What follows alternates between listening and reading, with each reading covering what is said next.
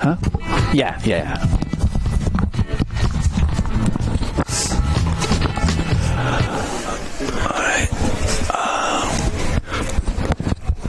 Good afternoon, everybody, and welcome from Reynolds Field on the campus of Salve Regina University, where the Seahawks will play host to the Bantams of Trinity College. I'm Sal Gualtieri, bringing you the call on this Tuesday afternoon, March 26th. And Tom Beliveau will be doing the starting pitching for the Seahawks this afternoon. Beliveau got his first start of the season in Florida this season. The last game that the Seahawks lost, a game against the University of Pittsburgh Greensburg. The Seahawks in that one struggled to get the offensive game going.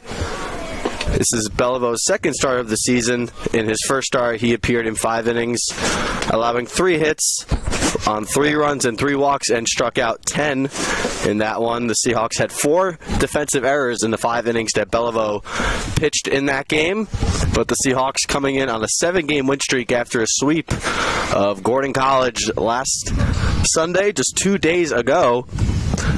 And the Seahawks will look to stay in the winners column this afternoon. The Bantams, on the other side, have a 4-game win streak. They haven't lost since they've been home from their trip to Lexington, South Carolina, their last time out. They played in Virginia at Washington and Lee University on their way home. The Bantams won that game 15-9 on 20 hits, and they scored a run in each of their last 7 offensive innings. And Beliveau just talking to his catcher, Dylan Ketch. And it looks like we are set to begin here from Reynolds Field. And digging in will be the right fielder, Matt Koperniak, batting from the left side of the plate.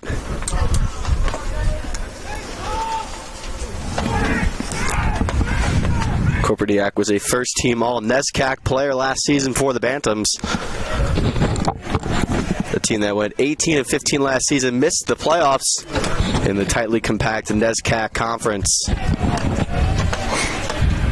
Belivau's first pitch of the afternoon is underway, and it is a strike on the outside corner as we are underway here from Reynolds Field.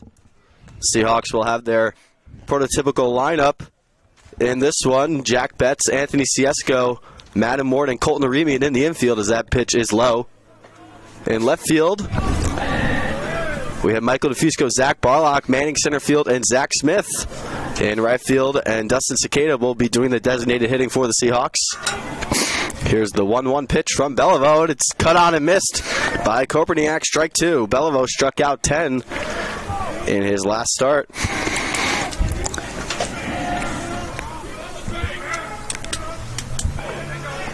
Seahawks in their home blues in this one. Here's the 1-2 from Beliveau. And it's grounded to second. Ciesco is there. He bobbles it, picks it up, and throws him out. 1 away.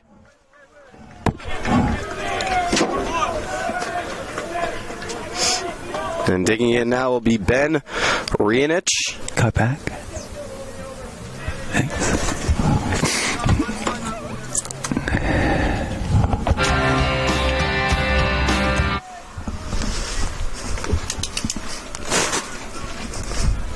And here's the first pitch from Beliveau to Reynolds. It's up and in, ball one.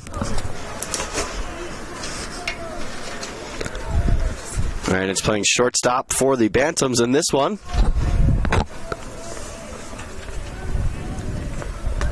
Here's the 1-0 from Beliveau. And it's cut on and missed. Strike one.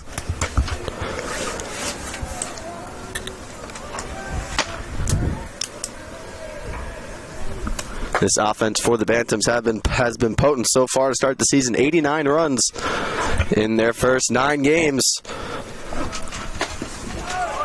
As that pitch catches the corner, and it's 1-2. In any game that they've won this season, they've scored more than 5 runs.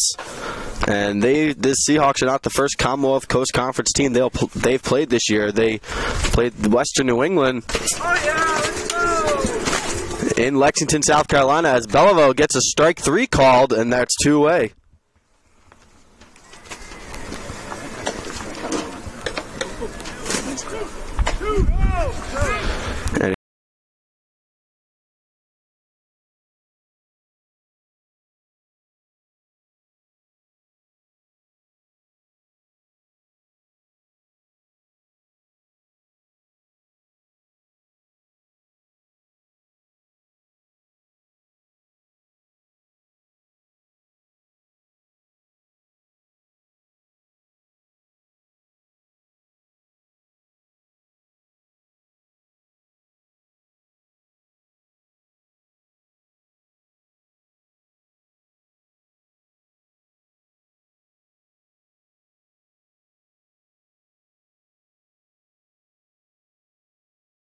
Scored in 2 games that saw the Seahawks leading from 3 batters into the day and did not relinquish the lead the entire day as that ball's fouled to the left side, and the count is 1-2.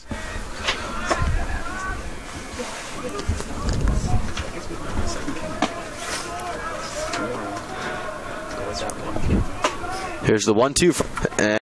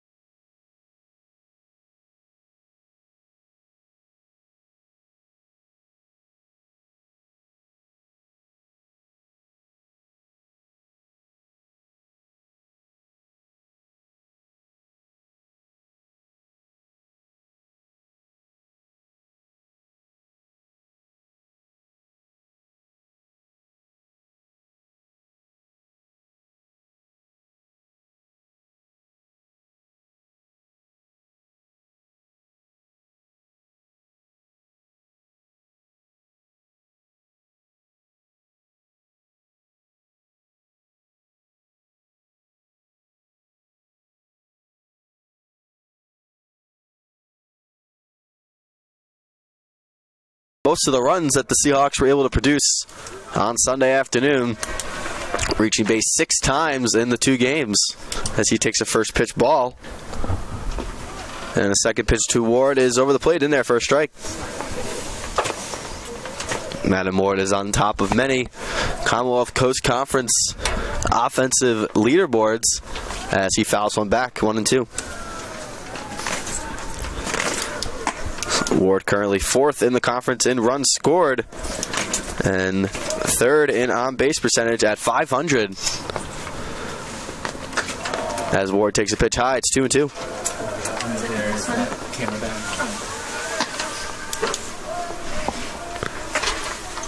And here's the 2-2 to Ward. And it's swung on and missed, strike 3. Jimmy Fahey collects his first strikeout. He's a freshman from Danbury, Connecticut.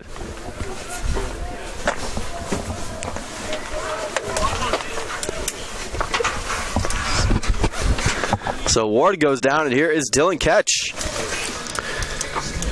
Dylan Ketch is above Madam Ward by 1 spot on most of those leaderboards in the Commonwealth Coast Conference. Through the netting. Look at the netting in the picture. Nice tight. Ketch 3rd in runs scored, 3rd in hits, and 1st in on-base percentage. How you doing? As Ketch bloops one into right field. I'm really busy with school lately. And it is caught by Kopernik. And there's 2-way.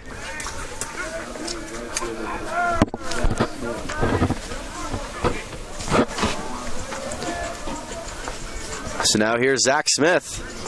Just kind of hang out behind home plate. Yeah. And Zach Smith leads the Seahawks in batting average this season and runs batted in. He has 14, and he's batting over .430 in this young season. One of the 5 captains for the Seahawks squad. Here's the first pitch to the senior. And it catches the corner, strike 1.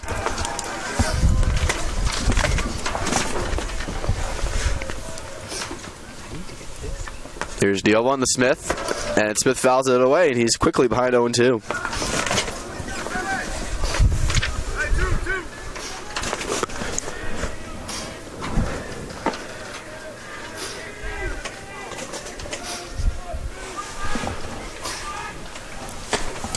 Fahey taking some time to get himself together on this 0-2 pitch. Here's the 0-2 to Smith, and Smith fouls it away onto Shepherd Avenue, and we'll do it again.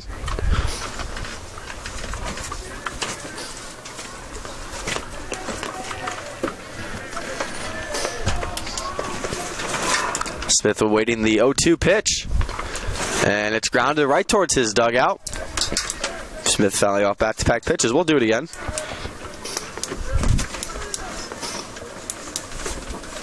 Seahawks began the month of March 0-3, and since then have won 8 out of their last 9, including the 7-game win streak that they're currently on. Here's the 0-2 from Fahey to Smith, and it just misses. It's ball 1. Colton Aremian is on deck if Smith can keep the inning going. Here's the 1-2 from Fahey. And Smith grounds it up the middle. That's a base hit for Zach Smith. And Smith's hot start to the season continues as there's 1 aboard with 2 away. And here comes Colton Aremian.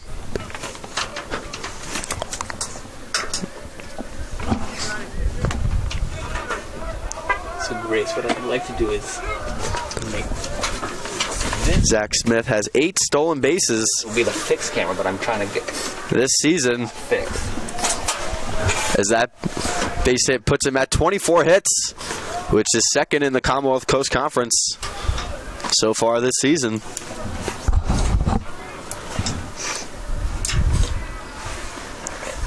Fahey checks the runner and deals to Aremian, and Colton takes a strike. As the count is now 1-1. So let that be your tight camera. This will be the one that pans and follows. Here's the 1-1 to Colton, and Colton grounds one to third. It's a great play there, and that ball's goes past the first baseman, and both of the runners will take off. Smith rounding third, and Eric Sorella waves him home, and the run will score. And Colton Aremian will be standing at second. Nice job. So Smith comes around the score, and the Seahawks, with an early 1-0 lead, it's something they've done all season, jumping on the board early.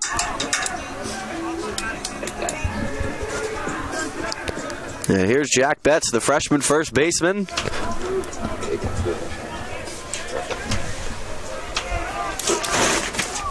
Here's the first pitch to Betts. It's outside, ball one.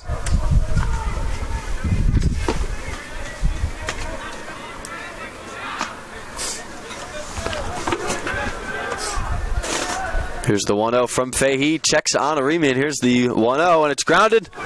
It's slow. Aremian trying to get in the way, but it throws it in time, and that will retire the side, but not before the Seahawks score their first run of the afternoon, as Colton Aremian reached on an error, allowing Zach Smith to score. And we've played one here from Reynolds Field, and we'll be back.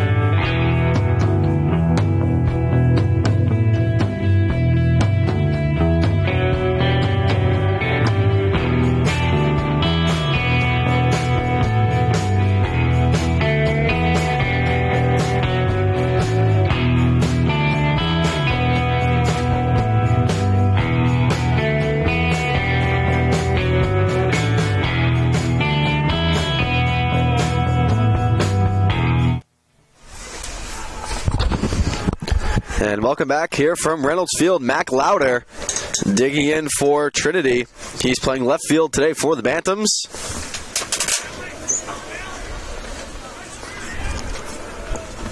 Mac Louder collected 3 hits in the win last year against Salve.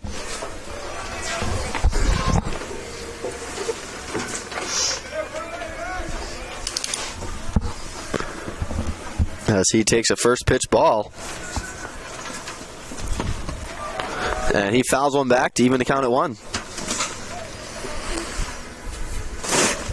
Alex Rodriguez on deck for Trinity. No relation to the former professional baseball player Alex Rodriguez. Although I did check. You never know. Here's the 1-1 from Bellevaux. It's upstairs, 2-1.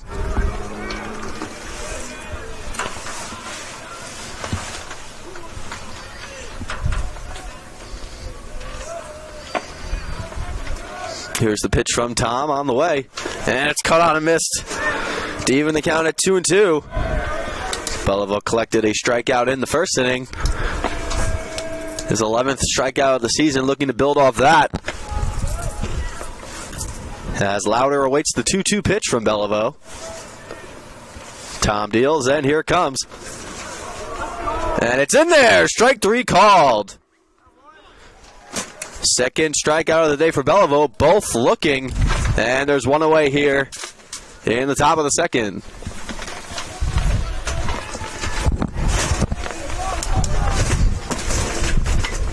And digging in now for the Bantams is catcher Alex Rodriguez, one of 3 captains on this squad. Here's the first pitch from Bellevaux. It's in the dirt. It's 1-0.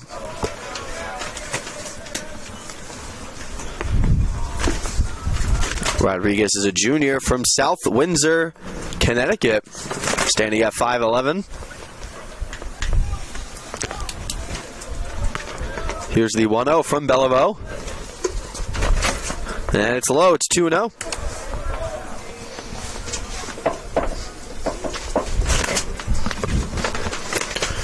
The Trinity College Bantams program began in 1867. Been a long, illustrious career for this program as Rodriguez takes a strike to make the count 2-1.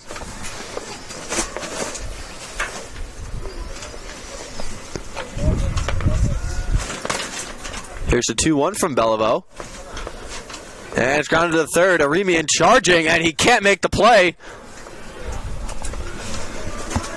And that will be an E5 charge to Colton Aremian. Another error when Bellevue is on the mound. Something to keep an eye on as there's a runner at first. And here's Vincent Capone.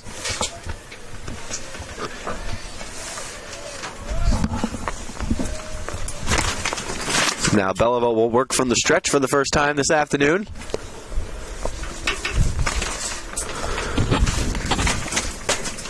Here's the first pitch from Bellevue. It's low. It's ball one.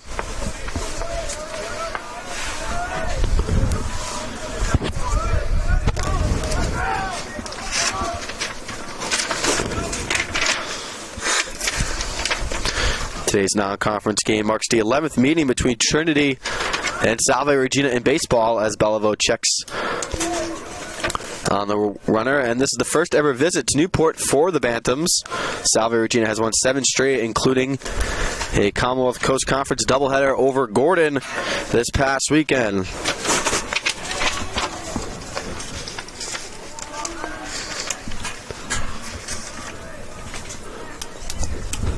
Here's the 1-0 pitch from Bellevue. Cut on and missed.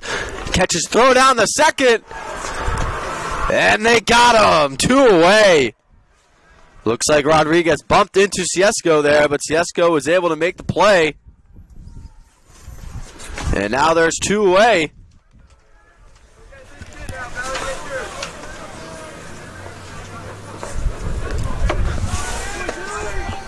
So now here's the 1-1 pitch from Bellevue.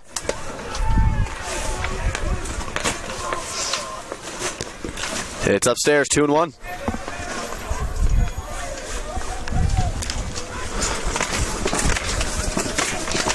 Great throw by Dylan Ketch there, nailing the runner. Here's a 2-1. And it's outside. It's 3-1 now. Bellevue has surrendered 3 walks so far in his young season. Bellevue is a junior from Newbury, Massachusetts. That's a ground ball to short. Madden Ward curls over and makes the play to retire the side. No runs, no hits, 1 error, and none left. We've played 1.5 here from Reynolds Field. Seahawks on top, 1-0.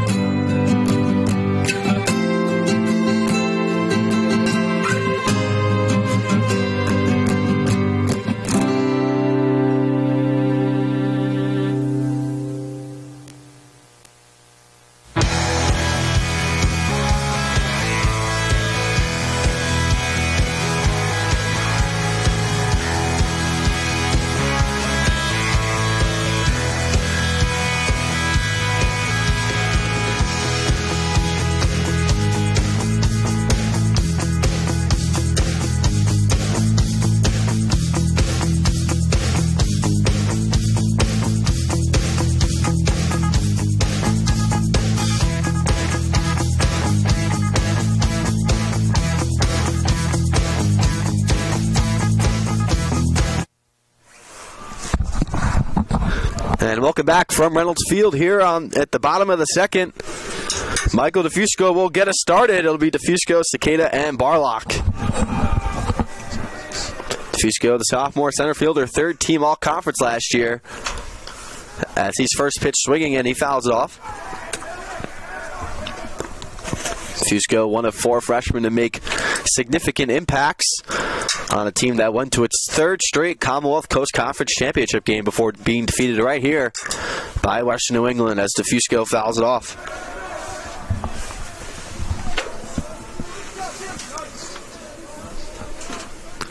Just before 4 o'clock here in sunny but windy Newport, Rhode Island. DeFusco, third pitch swinging now.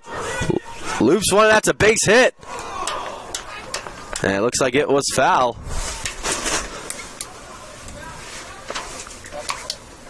So he'll do it again. From our angle, in left center field, it looked like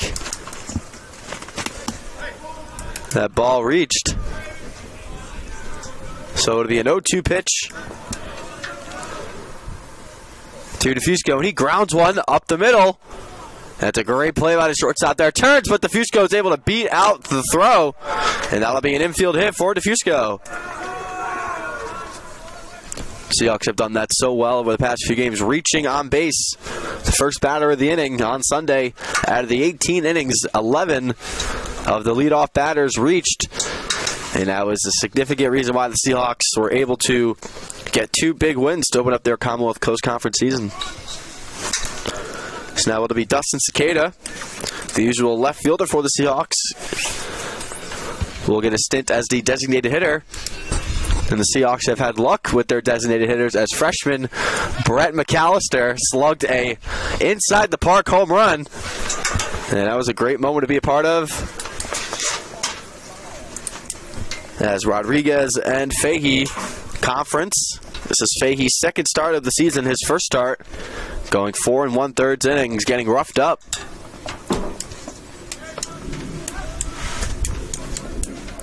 So now here is Cicada.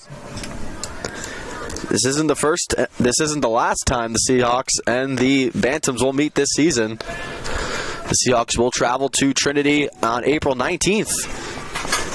A home and home for these 2 clubs. Their 12th and 13th ever meetings as a program. As Fahey checks on DeFusco. Here's the first pitch to Cicada. It's low. That's ball 1. Zach Barlock will be on deck, followed by Anthony Ciesco.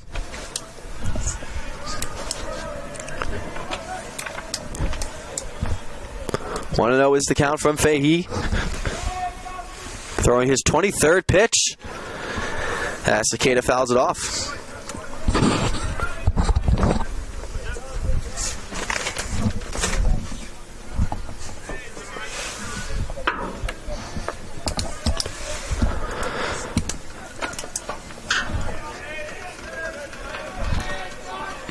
Fahey checking on DeFusco, keeping a close eye on him. DeFusco, one of many Seahawks to have more than 3 steals this season. A team that has been running rampant all over the bases.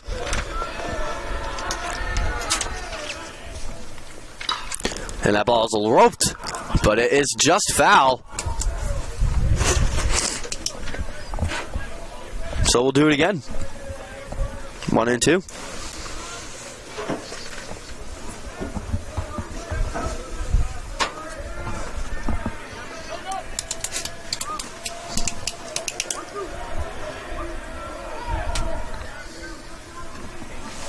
Here's the 1-2 from Fahey on the way.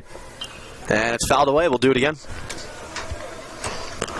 Trinity coming in at 7-2. Having yet to play NESCAC conference game. And that pitch is outside. 2-2.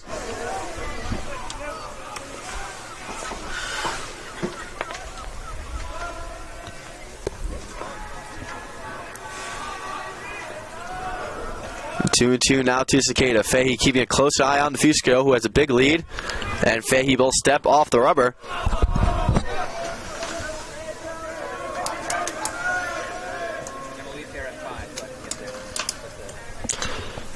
And that pitch is grounded to third, and it goes off the glove of Guanqui into left field.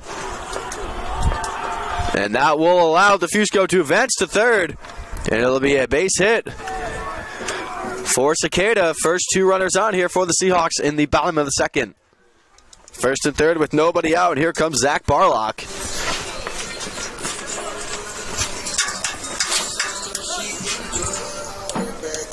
The last playoff appearance for the Trinity came in 2016. They lost in the NESCAC championship to Tufts. The NESCAC has 10 teams in it, 2 divisions. Trinity belongs to the East Division with Bates, Bodewin, Colby, and Tufts. That pitch is high to Barlock. Ball 1.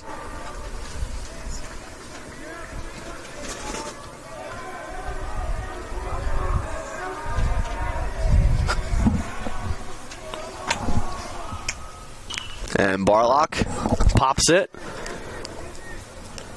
And the whole left side, we'll take a look at it, but it goes out of play onto Shepherd Ave. It's our perspective. Yeah. That's the tough thing about them here. Is your left-right perspective gets flipped.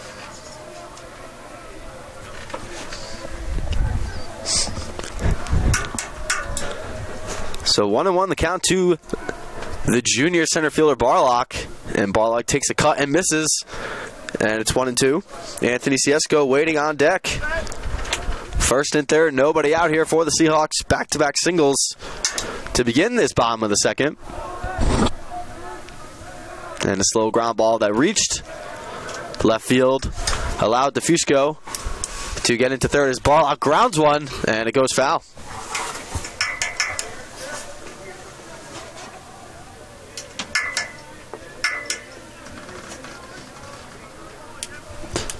The NESCAC has a different schedule than what we're used to in the Commonwealth Coast Conference. The NESCAC does more of a major league style schedule, playing 3 games at a time. In a weekend doubleheader, triple header, the first game will be played on Friday, and the second game's played after that. As Barlock strikes out. Second strikeout of the afternoon for Fahey, and here comes Anthony Ciesco. Ciesco's first at bat of the afternoon.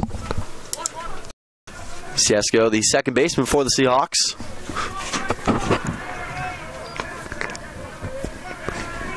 First and third, 1 out.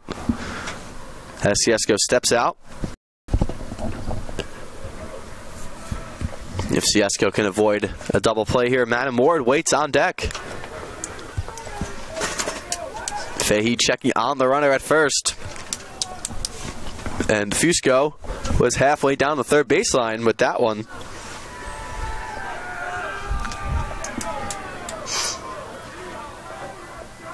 Here's the first pitch to Ciesco, and he takes a strike.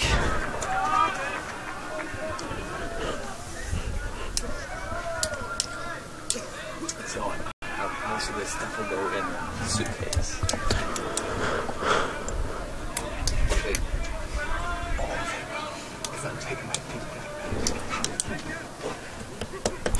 On to Ciesco, and Anthony loops it into center field. Stillman is there, and Fusco will tag, and the run will score. Sacrifice fly 8 for Ciesco. He does the job, and the Seahawks on top. 2-0 now, as Cicada stays at first base. 2 away now in the bottom of the second. Here is Madam Ward. Ward struck out swinging his first time up, an inning ago.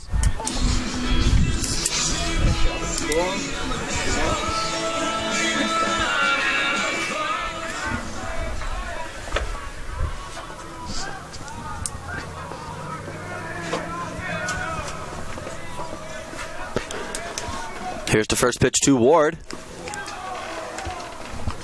And it's upstairs, ball 1.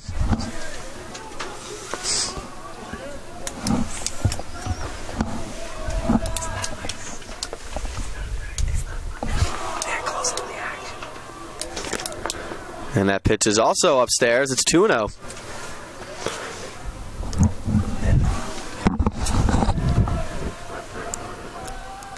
Here's the 2-0 to Ward, and Ward grounds one. And it's fouled by the shortstop and able to make the play to retire the side, but not before the Seahawks scratch out another run with 2 hits. And there's one left. We've played 2 here at Reynolds Field. The Seahawks lead this one 2-0, and we'll step aside and be right back.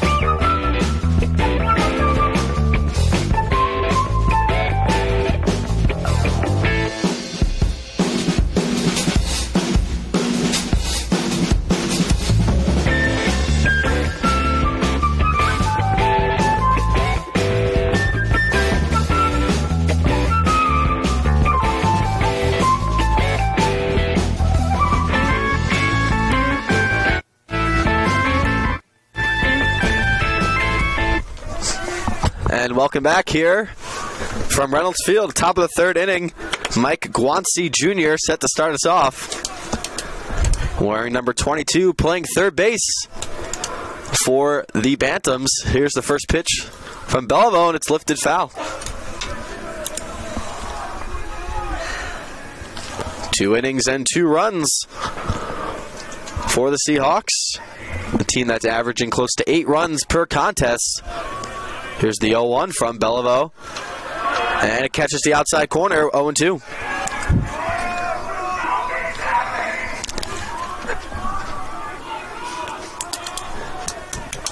Here's the 0-2 from Belleville, and it's swung on and missed, strike 3. Guanci goes down swinging. 3 strikeouts for Belleville, bringing up his total to 13 in this young season. And here comes Robbie Cronin, wearing number 1, batting 8th for the Bantams. And he will be manning second base. He's a sophomore from Wesley Hills, Massachusetts. And Belleville's first pitch to him is low, ball 1.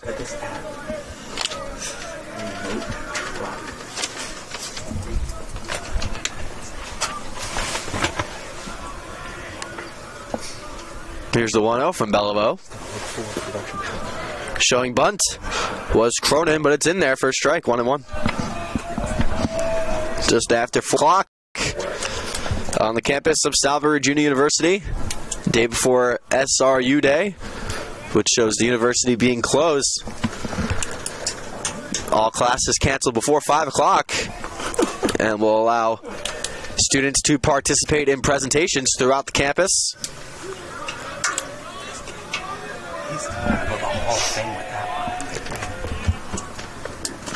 That pitch is outside. And it's 2-1.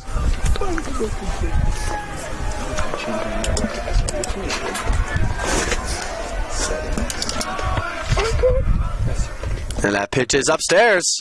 And it's ball 4. So Cronin reaches base. First walk of the afternoon for Belleville. Second base runner for Trinity. And here comes center fielder Jeff Stillman. 1 out here in the top of the 3rd.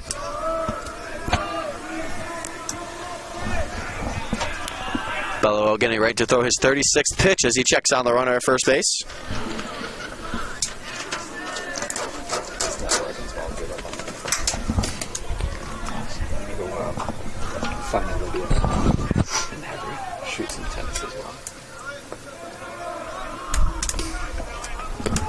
Text me if you have any scoring issues. And that ball's thrown out of play, and the runner will advance to second base.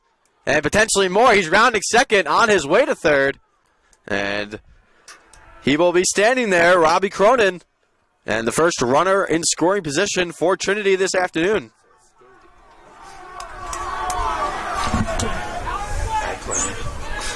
And go to the base runner. You're going to say E1. So Beliveau charged with the error. It's the second error of the afternoon for the Seahawks. Space FPO. Yeah, so I think that second plus will get him there. The E1T will get him to second. So now the runner The plus should get him to third. appears will go back to second base. Yo is an explanation of failed pickoff. Oh, back to second. Okay. So take away that second plus, so edit that. So instead of advancing 2 bases, Cronin will advance to just 1. And still a runner in scoring position with less than 2 outs. FPO. But not as threatening as a runner at third with less than 2 outs. Failed pickoff. That's what the FPO is. Second error of the afternoon. Charged against the Seahawks.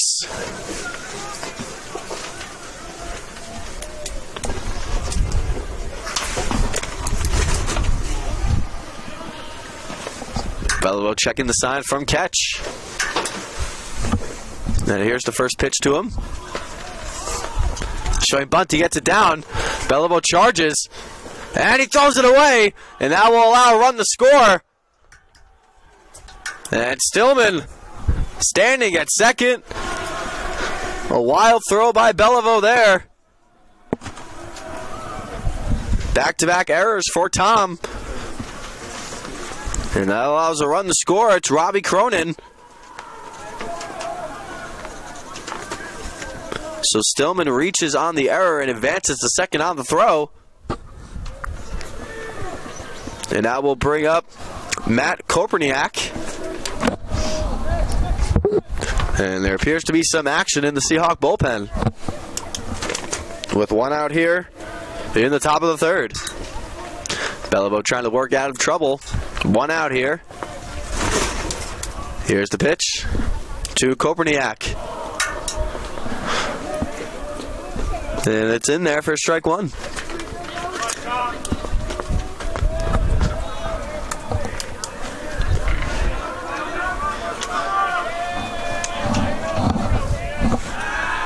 And Koperniak will step out.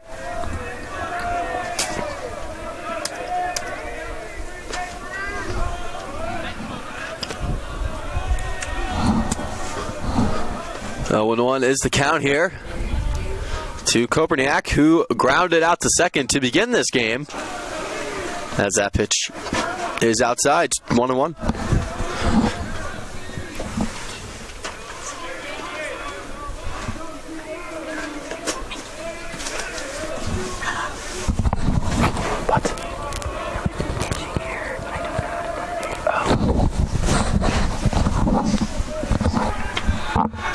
And that pitch is thrown as they were checking on the runner. And another wild throw for Beliveau. That's the third one in a row.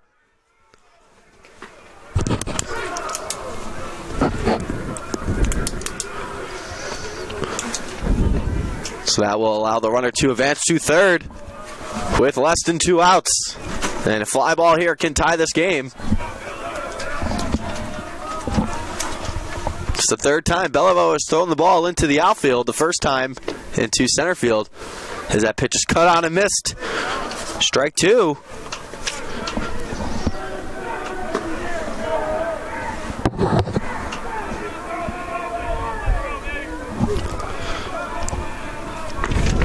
There is some action in the Seahawk bullpen. And that pitch is upstairs. It's 2-2.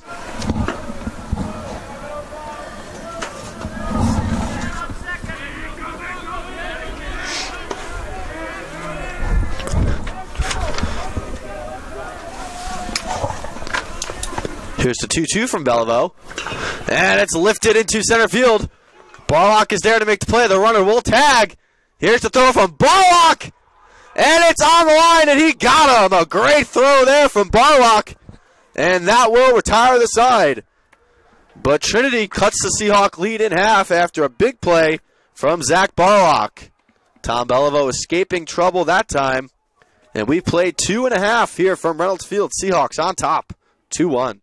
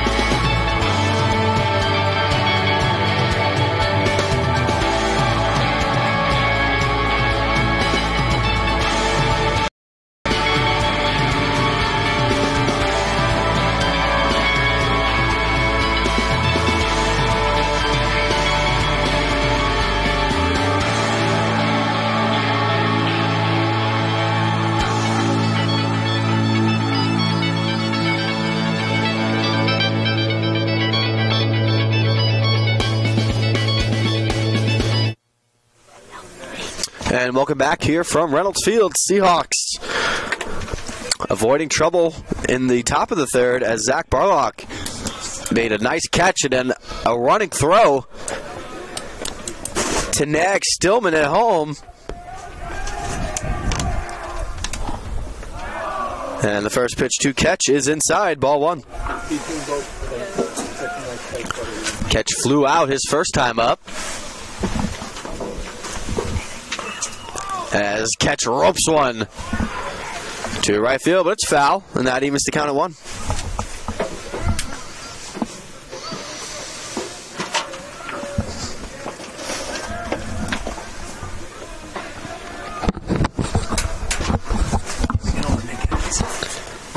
And the 1-1 to catch is low.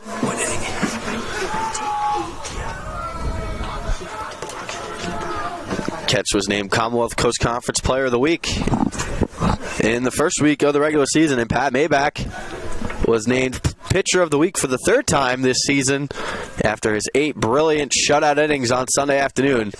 As catch flies one into center field, Stillman moving over and makes the play, 1 away. So now here comes Zach Smith, who singled and then scored on Colton Aremian's single.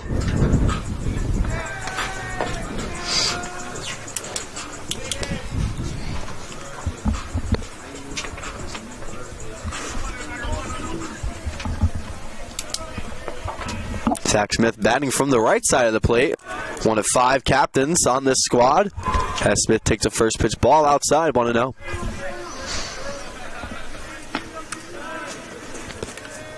Colton Aremian waiting on deck. Here's the 1-0 to Smith, and it's low. It's 2-0.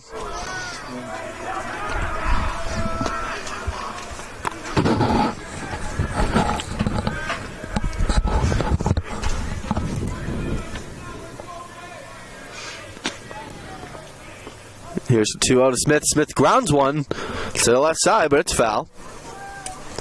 And that brings the count to 2-1.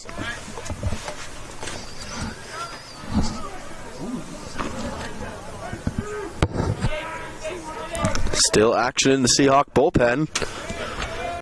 It's Zach Lopez, the freshman from New Caney, Connecticut, as Smith grounds one to short.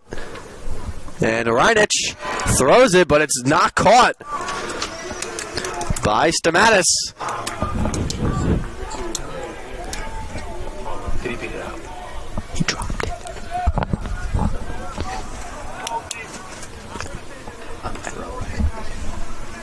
So will it be an error charged to Reynolds?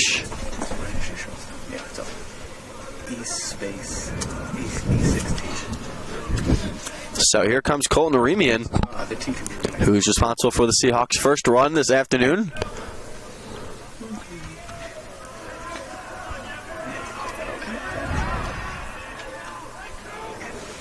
Here's the first pitch to Colton. Yes, you know.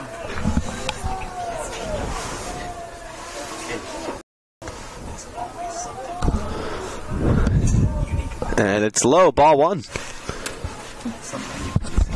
Here's the 1-0 to Colton. And he takes another one in the same spot, and it's 2-0 now to Colton.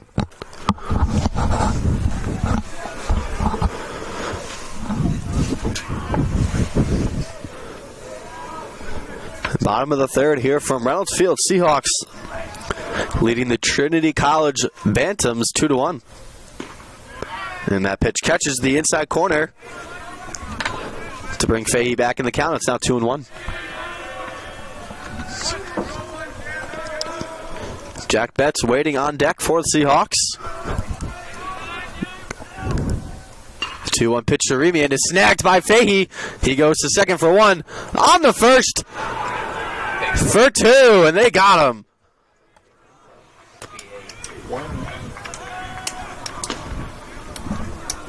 So it'll be a 1-6-3 double play to retire the side. So no runs, 1 hit, and 1 left. We've played 3 here from Reynolds Field. Seahawks lead the Bantams 2-1.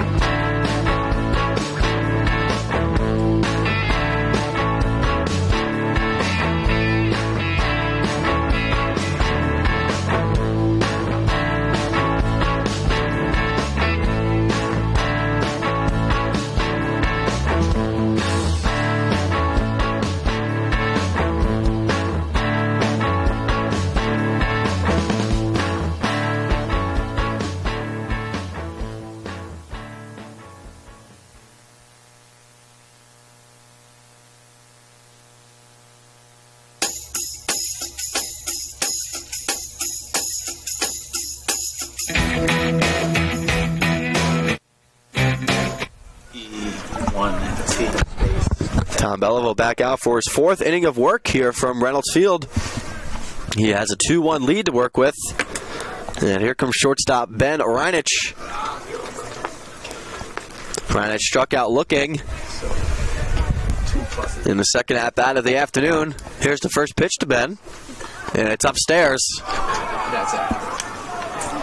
And it's 1-0. Reinich, Stamatis, and Lauder due up for the Bantams. And we had a batter reach out of there,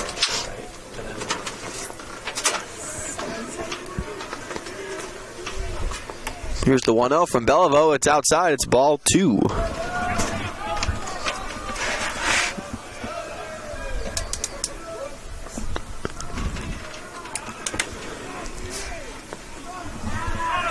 I'll ask the next break. Beliveau throwing his 42nd pitch. And it's upstairs. It's 3-0 now. Wonder if head coach Brian Adamski will give Reinich the green light here on the 3-0 count, or will he be taking all the way? And it's upstairs. Second walk surrendered by Beliveau.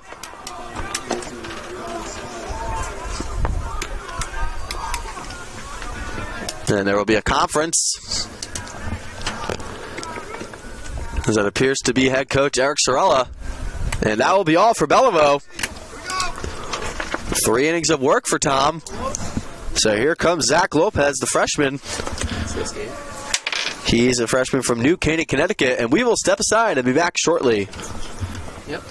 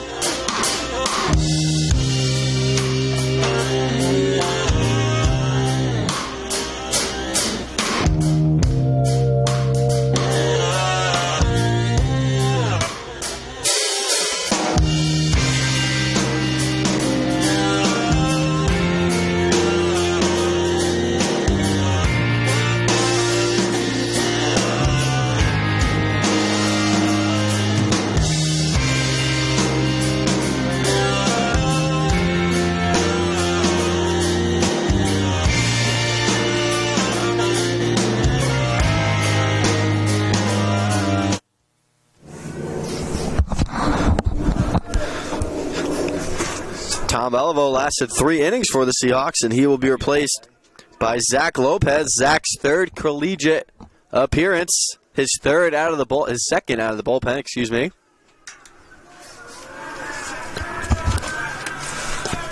And he'll be facing Johnny Stamatis, who takes a big cut and misses 0-1. Throws hard. He's a good pitcher. Lopez was in the ERA at 5.68. He's allowed 9 hits on 5 runs, 4 of which are earned. As Stamatis steps out. Lopez, a hard-throwing right-hander, a friend of the Sports Information Department. And here's the 0-1 from Lopez. He checks on the runner. And a good tag by Betts.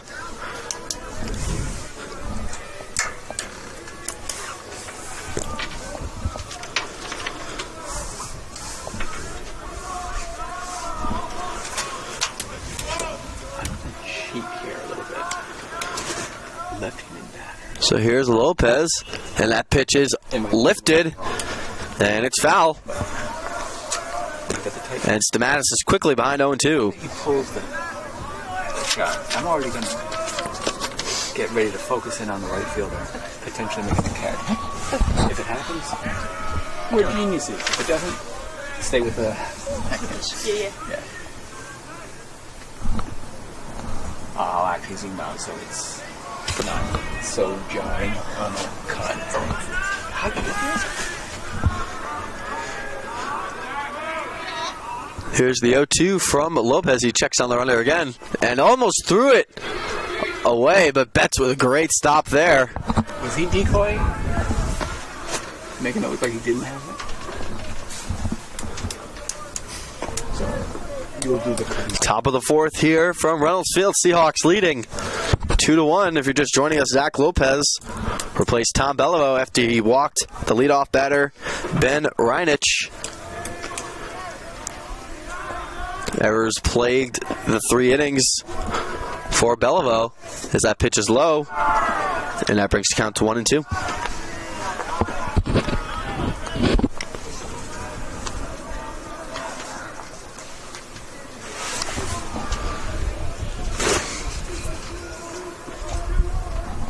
So Reinich is at first. Betts keeping a close eye on him. 1-2 count. Lopez deals. And it's swung on and missed. Strike 3. 4th strikeout for Seahawk pitching so far today.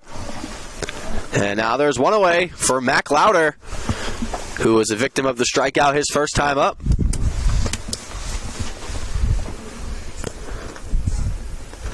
And after Louder will be Rodriguez, as there appears to be an issue with the umpire. And now here comes Louder. I think he was checking on the location of the Seahawks staff in relation to that dugout. So Louder struck out looking his last time. One of 3 Beliveau strikeouts. Lopez checking on the runner, keeping a close eye on him. That supplies the tag to no avail. Beautiful day here in historic and beautiful Newport, Rhode Island.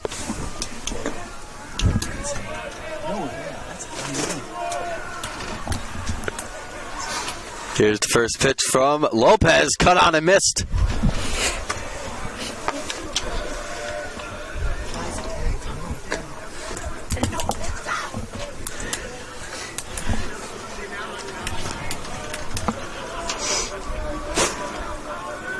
Lopez keeping a close eye on Reinich, trying to keep him close. As that pitch is in the dirt, 1-1. As the pitch is thrown down, it goes into center field, but it's backed up by Madam Ward, so stolen base. That'll be a wild pitch, actually. Or a wild pitch, allowing The guy wasn't running until that ball was in the dirt. Reinich to advance to second base. No, for the run. Yep. So now runner in scoring position, Ben Reinich, with a 1-1 count. Here with 1 out. Seahawk outfield straight up. Ciesco shaded in at second. And Lopez backs off the rubber.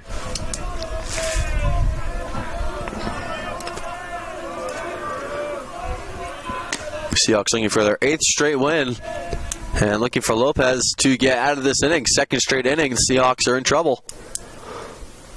And that pitch is swung on and missed. Strike 2.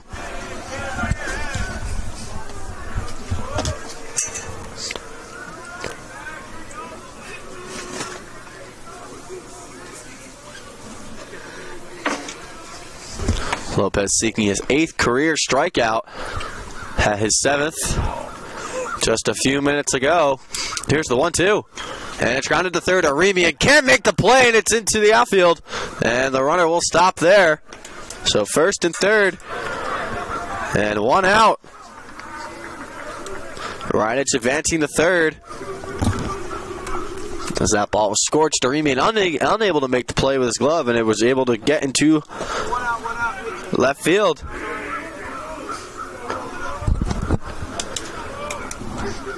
So now here's Alex Rodriguez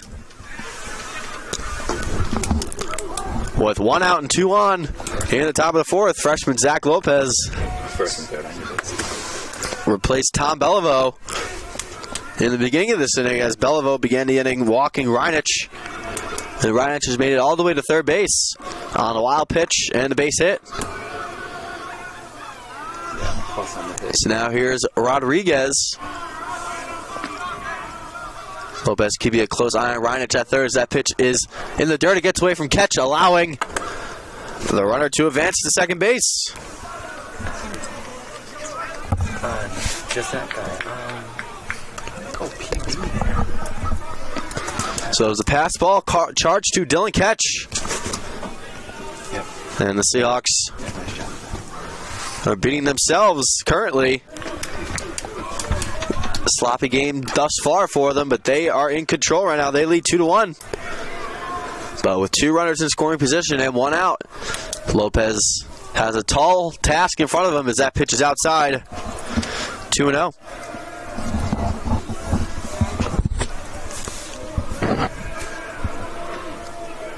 DeFusco playing deep in left field. Barlock and Smith are straight up.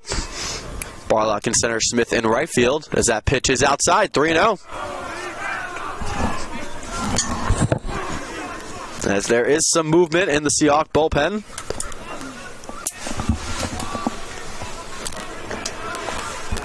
So here's the 3-0 from the hard-throwing right-hander. And it's right over, strike 1. Rodriguez was taking all the way there.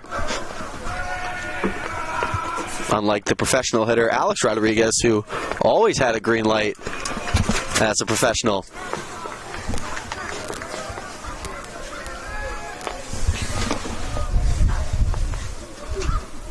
It's 3-1 the count now. Lopez checking the sign from Dylan Ketch. Lopez deals. And it's outside. Good block by Ketch. And it's ball 4. And that will load the bases.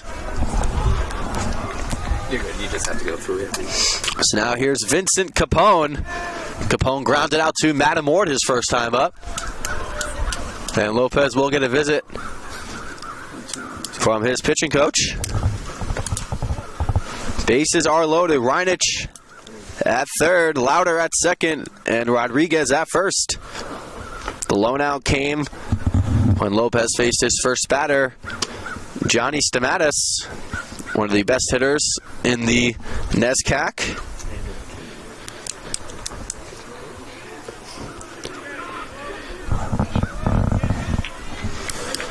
The origin of Trinity's mascot can be traced back to a spirited speech that the Honorable Joseph Buffington, Trinity College class of 1875, gave at the 1899 Princeton Alumni Association dinner. In his speech, Buffington described Trinity as a proud, unfazed rooster. The rooster is a proud and glad person to be here is not a whit abashed at your hugeness and is satisfied with himself and his own particular coop. This has stuck with the student body, and the Bantam name has lived on. Here's the 1-0 from Lopez as that ball is lifted. You got room, Bones. You got room. And DeFusco will chase into foul territory, makes the play, and the runner will tag from third, and this game is tied. Great tracking there by DeFusco, and a sacrifice fly there for Capone. So Reynolds comes in to score, and this game is tied.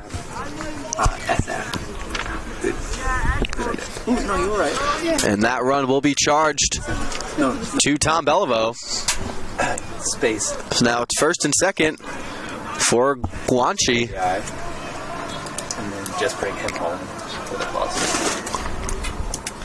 And first pitch swinging, it's foul. Did Radish reach out on that? Oh, pass ball.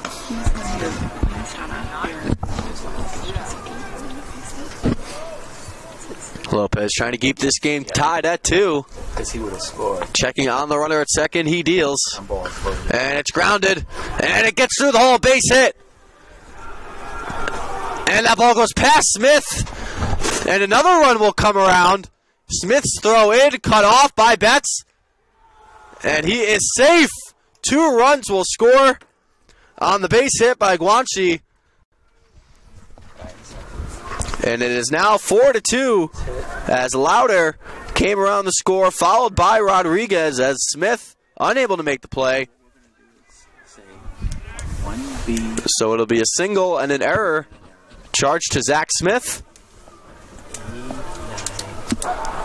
And now this game has flipped. The Seahawks trailing 4-2 here in the top of the 4th.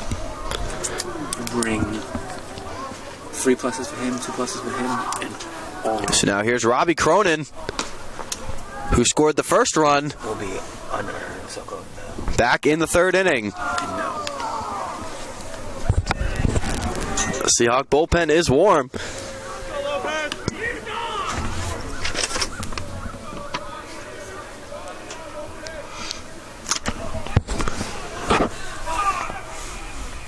Here's the 1-0 from Lopez. And that ball is lifted. And it will be in foul territory. Betts over to make the play to retire the side, but not before the Trinity College Bantams take a 4-2 lead here from Reynolds Field. We head to the bottom of the 4th. Seahawks in a tight hole here, looking to get back in this one. And we'll step aside, and we'll be back shortly.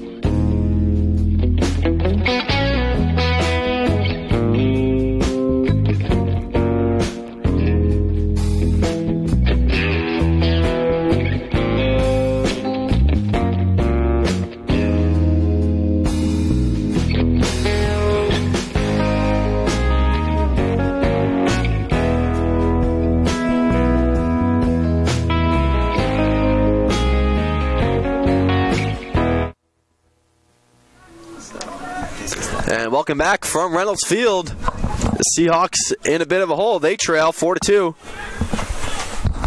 I'll do it after this inning. Thank you. So digging in now will be Jack Betts, the freshman first baseman.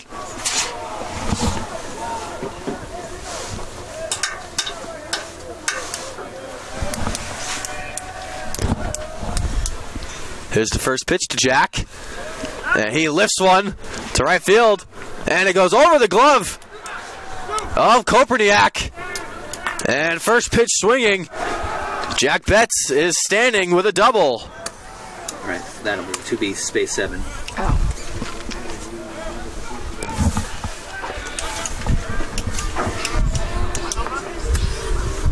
So Louder unable to make the play there.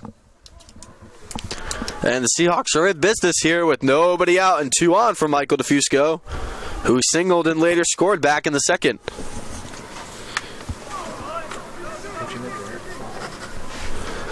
So that first pitch is in the dirt, ball 1.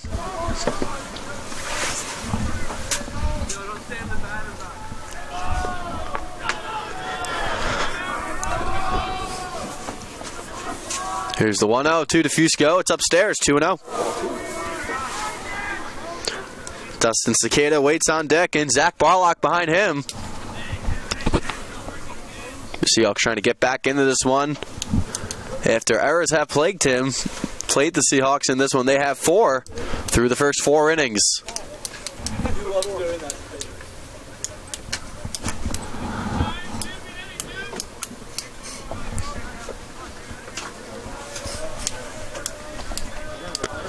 Trinity College located in Hartford, Connecticut. The Seahawks will visit Hartford on April 19th. A home and home for these two.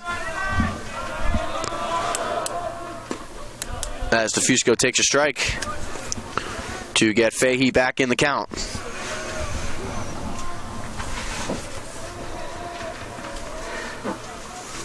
Here's a 2-1. And DeFusco fouls it back. And that evens the count at 2 apiece.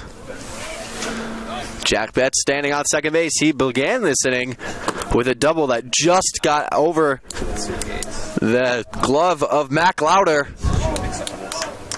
in left field. Here's a 2-2. It's in the dirt and it gets away. And now we'll allow Jack Betts. That'll be a ball. And then the runner gets a wild pitch. So Betts advances to third on the wild pitch there. And the count is full, 3-2. Here's the 3-2 from Fahey. And it's upstairs, ball 4. So DeFusco reaches. And the Seahawks had the first 2 runners on for Dustin Cicada. Cicada singled and was stranded in the second.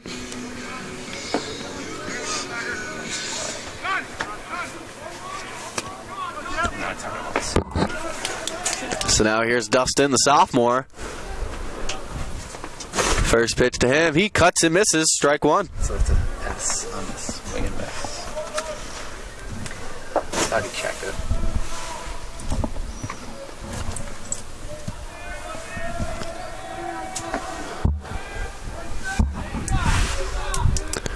Here's the 0-1 from Fahey.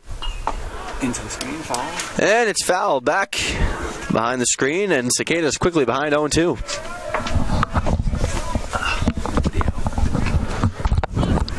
Nobody out here in the bottom of the 4th inning. Seahawks trying to get back into this one. They trail 4-2. Jack Betts began this inning with a double, and Cicada walked as that ball's lifted into center field. Stillman is under it. And Betts will tag. Here's a throw from Stillman. And it goes over the glove and off the backstop. And Betts scores, allowing DeFusco to advance to second base. So the Seahawks. The batter gets an 8 space SF RBI. So Cicada with a sacrifice fly. And DeFusco moves up to second. And there's one away here for Zach Barlock.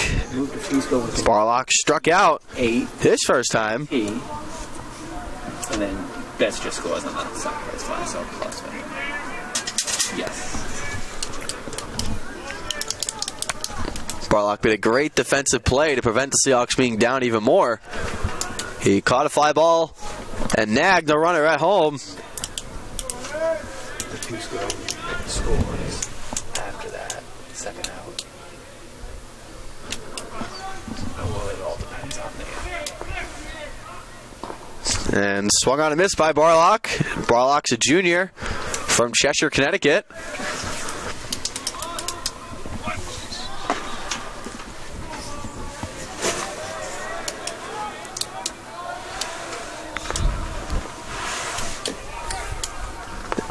Defusco thought about taking off. Through a throw. And the throw was in, but Defusco looked like he tricked Rodriguez there. But great play by Rodriguez, being alert and throwing it anyway. So Barlock is behind in the count now, 1-2.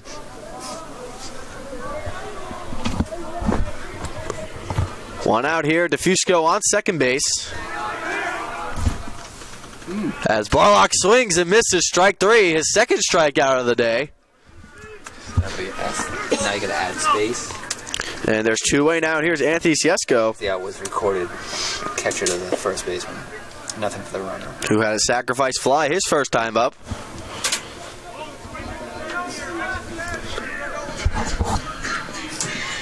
So Grace, you can peek over here and get your updates on your photos. Bottom of the fourth here. Seahawks trailing 4-3. Trying to climb back into this one with Michael Defusco standing on second base. 3-5-4 for Salve. And it's bunted down by Siesko. And there will be no play as there's a pickle there, but Defusco able to get back in time. So a bunt single for Anthony Siesko. 1B space BU. And then move Defusco to third. So now here is Madden Ward. Ward 0 for 1 with a strikeout and a fielder's choice.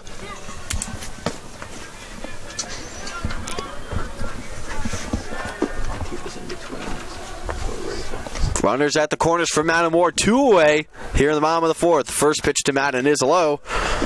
Ball 1. Be ready for the runner on first, too. We'll figure it on the second.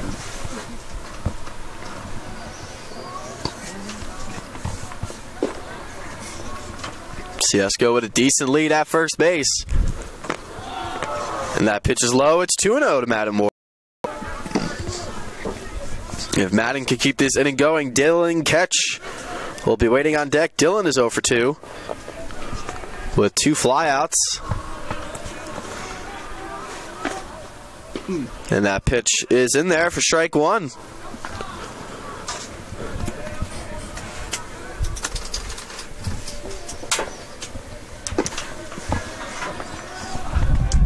Good pitch to run. Here's the 2-1 pitch. And it's outside, 3-1 now.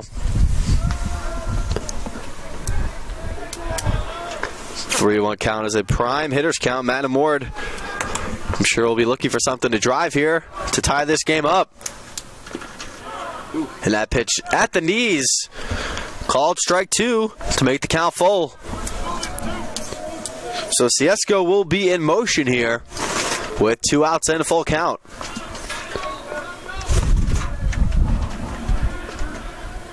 Here's the 3-2. And it's in there! Strike 3 called! Madden Ward threw his bat, assuming that it was going to be called ball 4, but it wasn't. So the Seahawks strand 2 and get back a run. And we've played 4 here from Reynolds Field. Seahawks trailing 4-3, and we will step aside and be back shortly.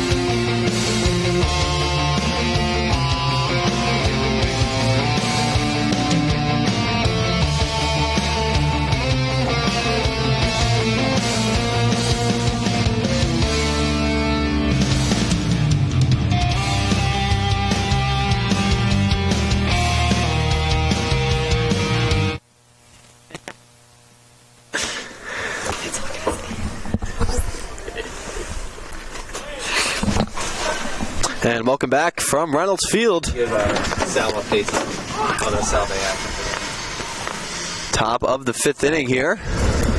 Zach Lopez still on the mound. And the door is officially closed on Tom Belivo's afternoon. Tom went 3 innings, allowing 1 hit, 2 runs, one of which was earned. He walked 2 and struck out 3. As that pitch is cut on and missed, strike 2.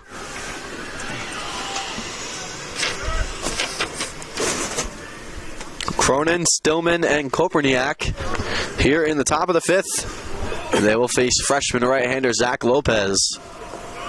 Here's the 0-2 from Lopez. And he fouls it off of his foot.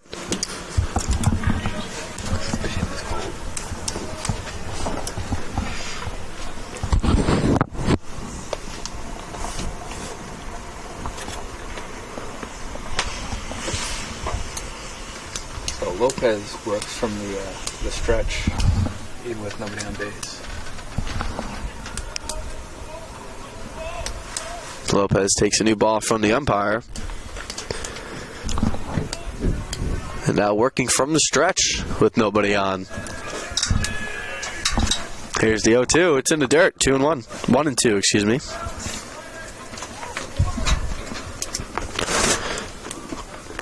Cronin walked and then later scored the first run of the afternoon for the Bantams.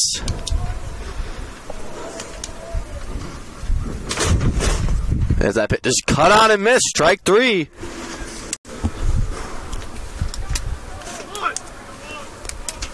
Another strikeout for Lopez. That's his second. And here comes Jeff Stillman. He reached on a Beliveau error and then later scored a run.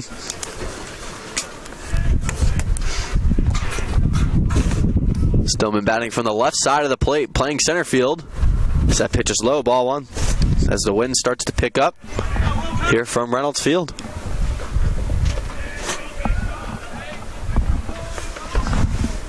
Just before 5 o'clock here on the campus of Salve Regina University.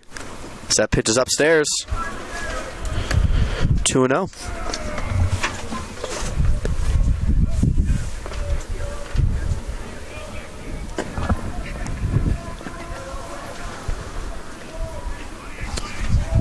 Here's the 2-0 pitch from the hard-throwing right-hander. And it's in there, strike 1.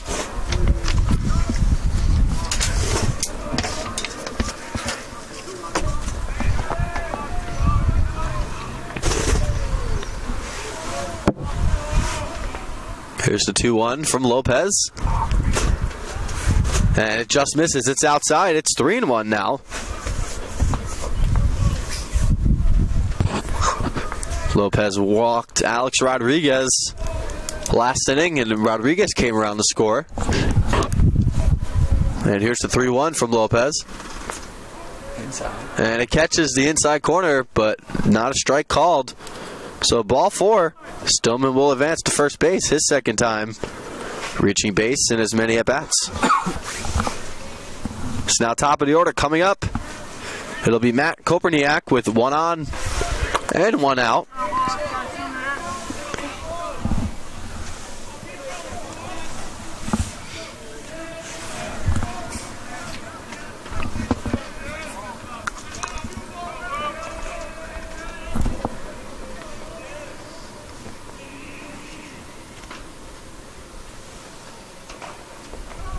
And Lopez steps off the rubber. This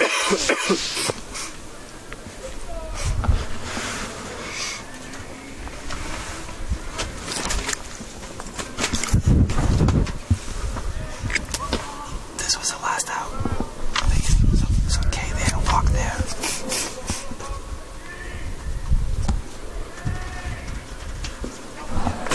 As that pitch is in the dirt. From Lopez to Reynolds.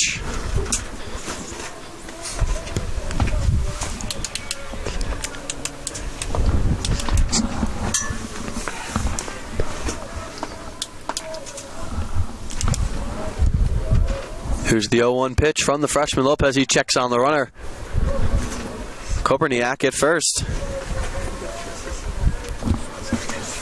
So Stillman struck out to begin this inning. Koperniak followed that with a walk.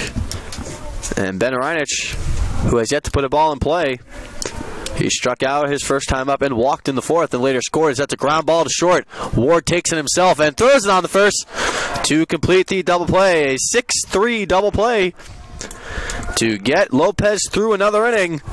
And the Seahawks keep it right where it is. They trail 4-3. No runs, no hits. 6-4 space GDP. And none left. We've played 4.5 here from Reynolds Field. We're halfway through this one.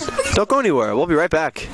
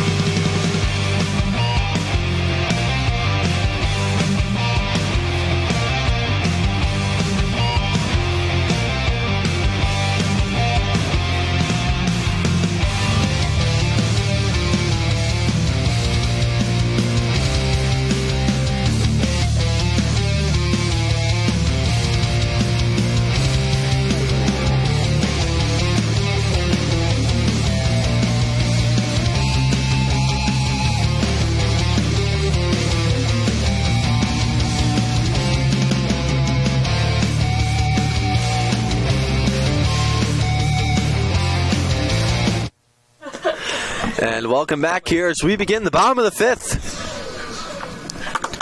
Jimmy Fahey still on the mound for the Bantams. You can help with the camera work. And Dylan Ketch gets us started here in the bottom of the fifth as he takes a first pitch strike. Wait until things settle. Capturing the live. That pitch to Ketch is low. Free look, Grace up to even the count at 1.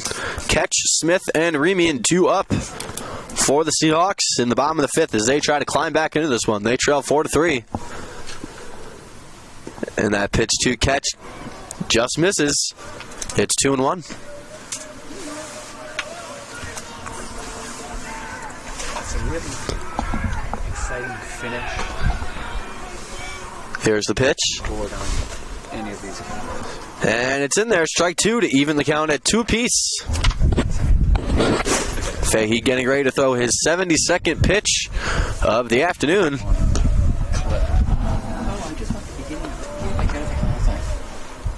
And Ketch rips one, and that will fall for a base hit into left field.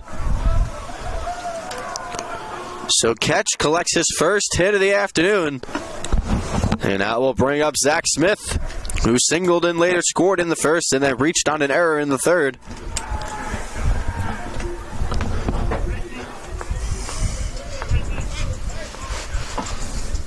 And the center fielder Stillman telling Lauder to back up a little bit.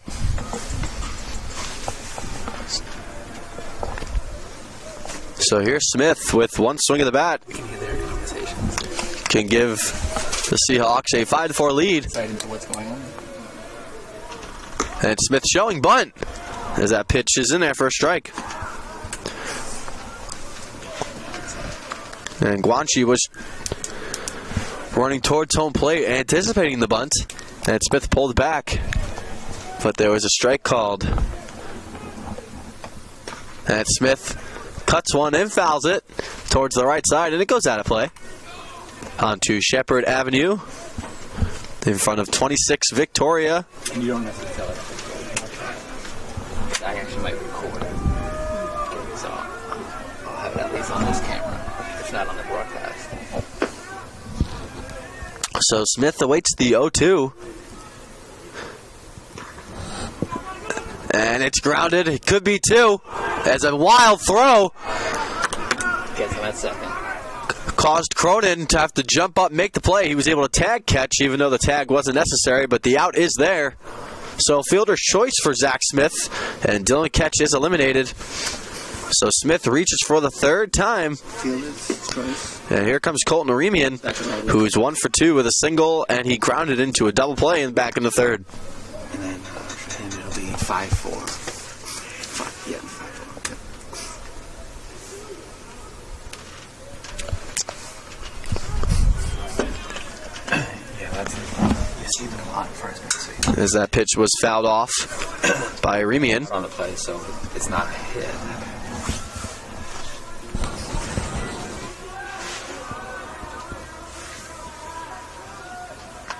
Here's the pitch, and it's low. It's ball 1 to Aremian. Zach Smith leading the Seahawks in stolen bases. He has 8.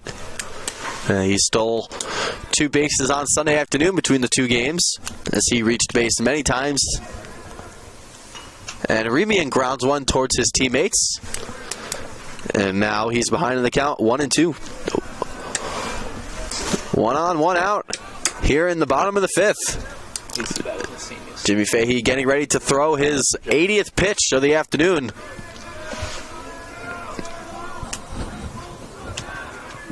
Here's the pitch from Fahey. And it's in the dirt. A good eye by Colton there. Evens the count at 2.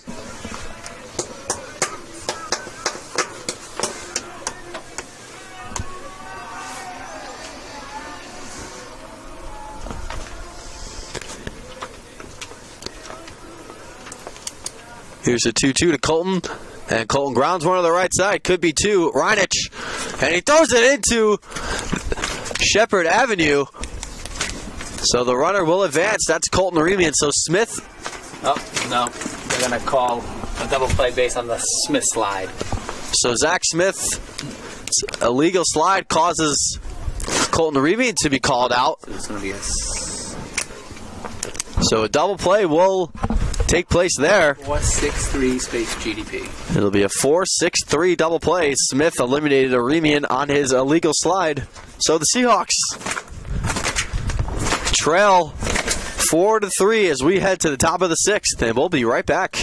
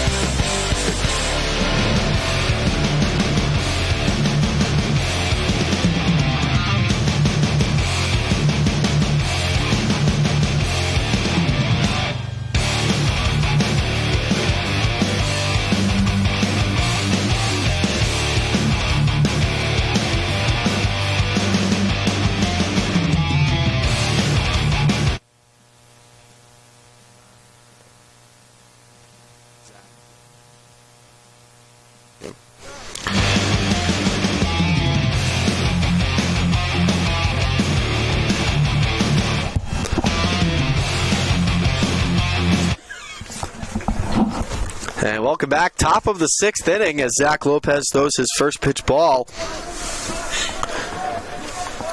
And we are back.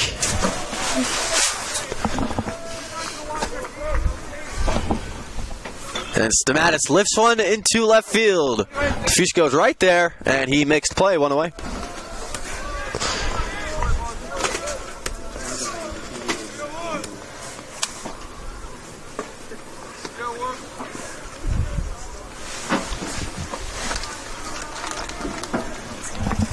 So now here's Mac Louder.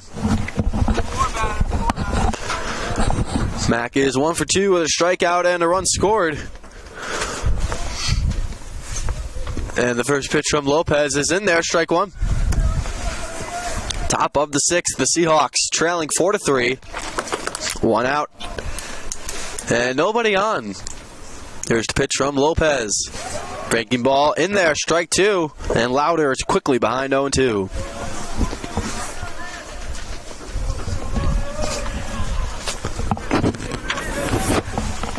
Here's the 0-2 from Lopez. And that ball is lifted foul behind the Seahawk dugout, and we'll do it again.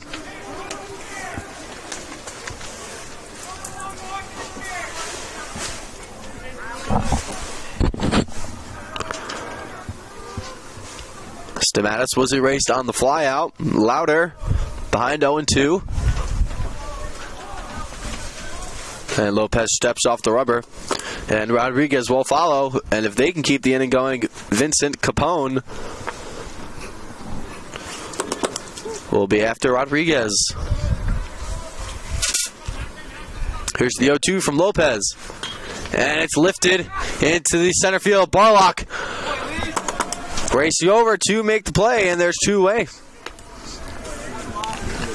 Good tracking play there by Barlock, moving to his left to make the running catch. And there's two away now for Rodriguez. Lopez getting ready to throw his 36th pitch in his third inning of work.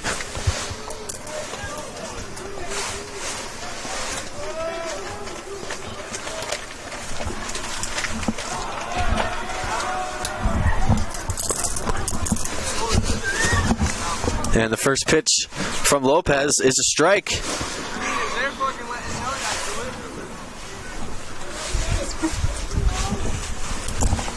Here's the 0-1. And that ball is popped up foul. And Rodriguez behind 0-2.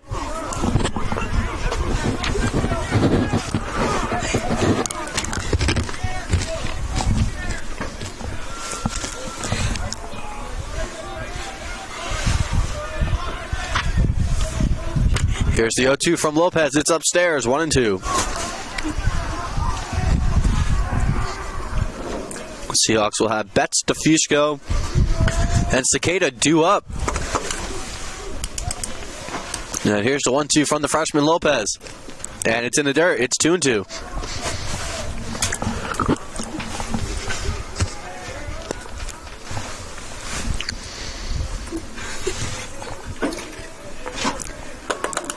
Two outs, nobody on here in the top of the sixth. Lopez deals, and it's in there. Strike three called. A 1-2-3 inning for Zach Lopez will send us to the bottom of the sixth here from Reynolds Field, and we'll be back shortly.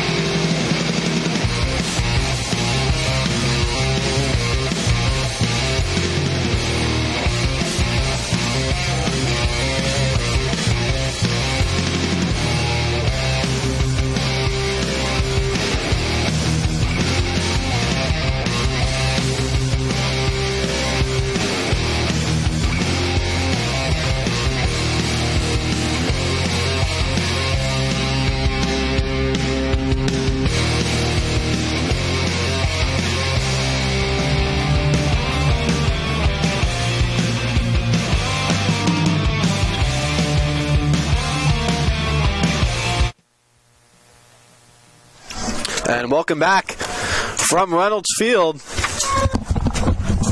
You guys can't do this. Wait, stop.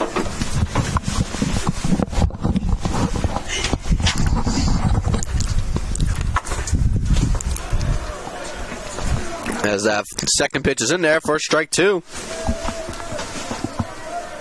Ian Steckel replaced Mac Louder. As Betts takes a ball, 2-1.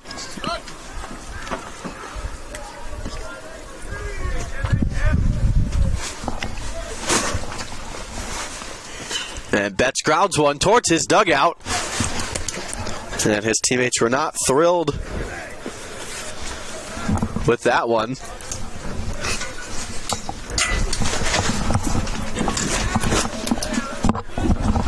So here's the 1-2 from Fahey. And Betts grounds one to third, but it goes foul. Fahey with 84 pitches, 56 of which are strikes. And he currently has a 4-3 lead.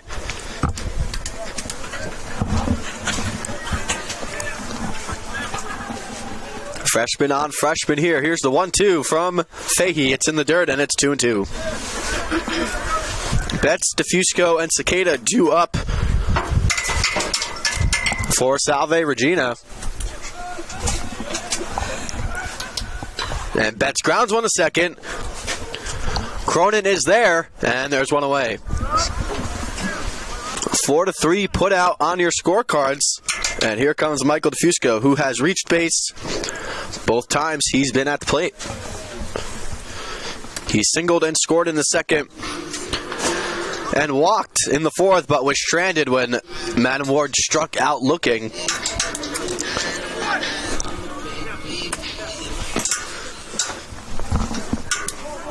Approaching 5:15 p.m. on the night before Salve Regina University Day, as that ball's grounded to third. And Guanchi makes the play, and there's quickly 2 away. So here comes Cicada. Dustin is 1 for 1 with a single and a sacrifice fly with an RBI as well. Cicada, the usual left fielder for the Seahawks, getting a stint as the designated hitter.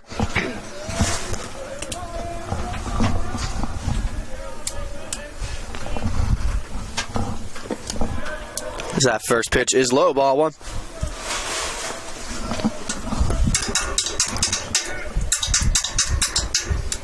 Here's the 1-0. And it's lifted foul. If Cicada can keep this inning alive, Zach Barlock will be due up. Hey, Jim.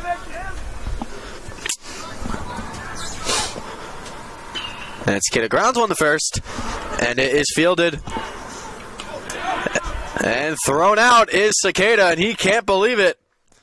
But a 1-2-3 inning for Fahey. 6 strong innings for the freshman. And that will retire the side. And we'll be back shortly for the call of the 7th, 8th, and 9th right after this.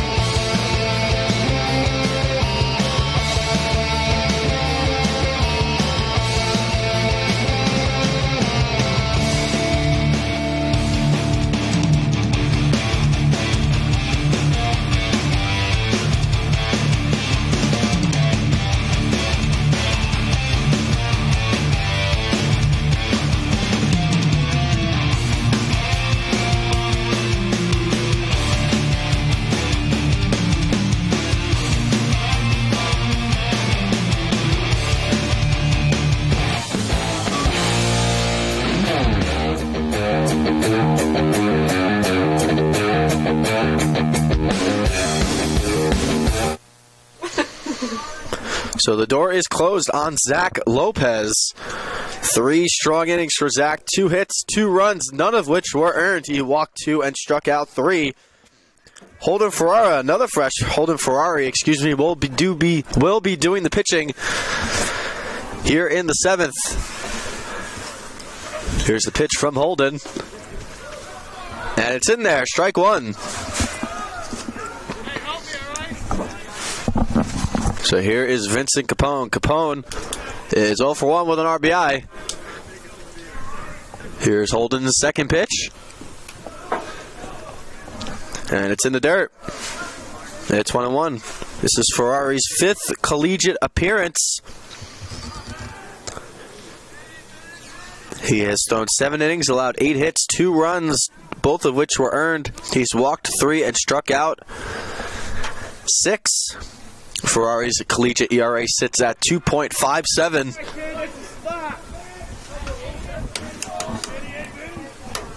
As that pitch is inside, ball 2. And the count is now 2-1 to Capone.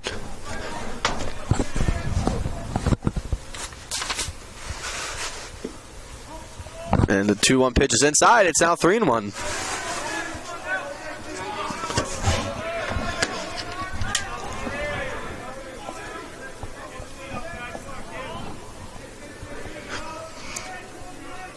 Here's the 3-1 from the freshman, Ferrari. And it's in the dirt, ball 4. 5th walk surrendered by Seahawk pitching.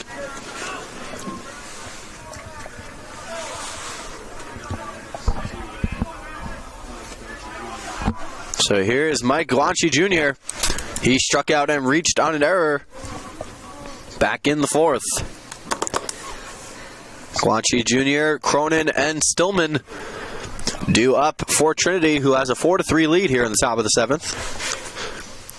Trinity riding a 4-game win streak. Salve riding a 7-game win streak.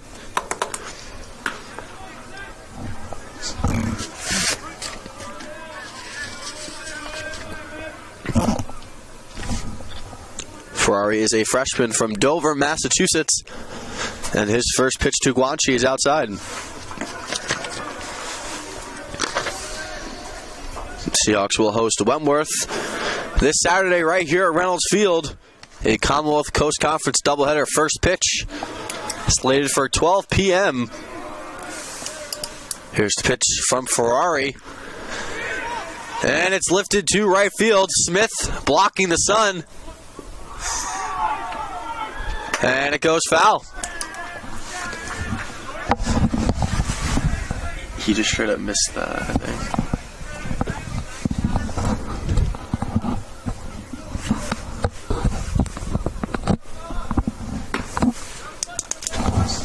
So the count is 1-1.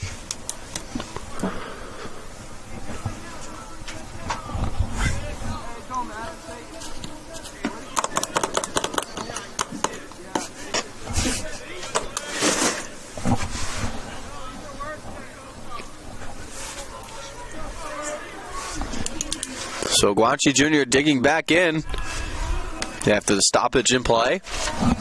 1-1 is our count here. 4-3 in favor of Trinity in the top of the 7th. And Ferrari will step off.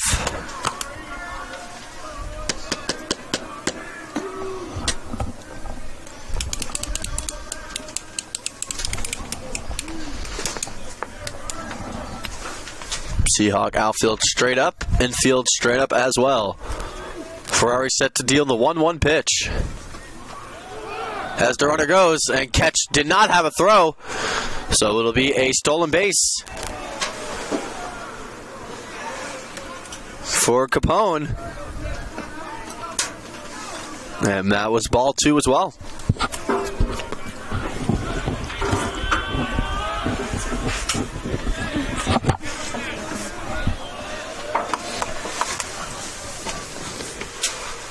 Here's the 2-1 from Ferrari. And it's outside. It's 3-1.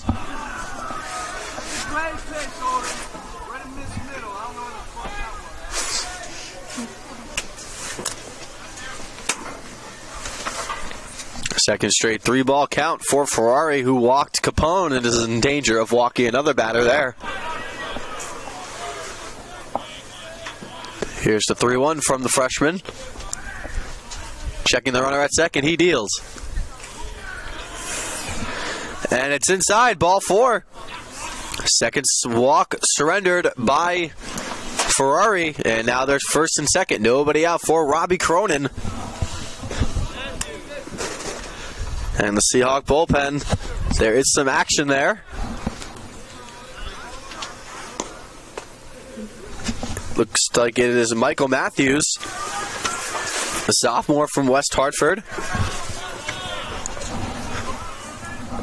And here's Ferrari's first pitch to Robbie Cronin.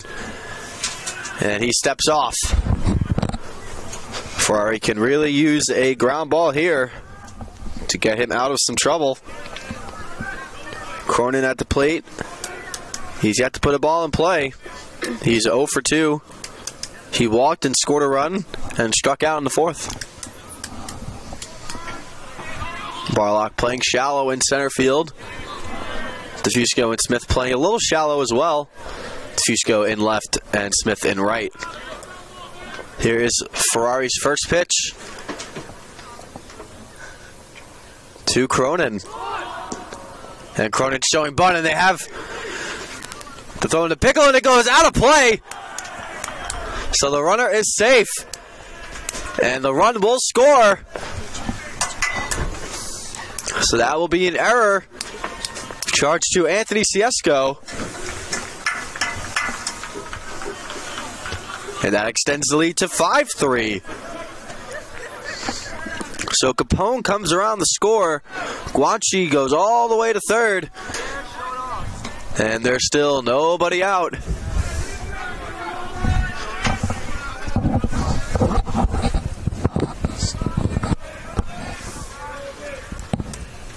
Here's the pitch to Ferrari. And it hit him. So another base runner. So here comes Jeff Stillman. And it looks like this could be all for Ferrari, and it will be. We'll be seeing Michael Matthews. And we will take a short break and be right back.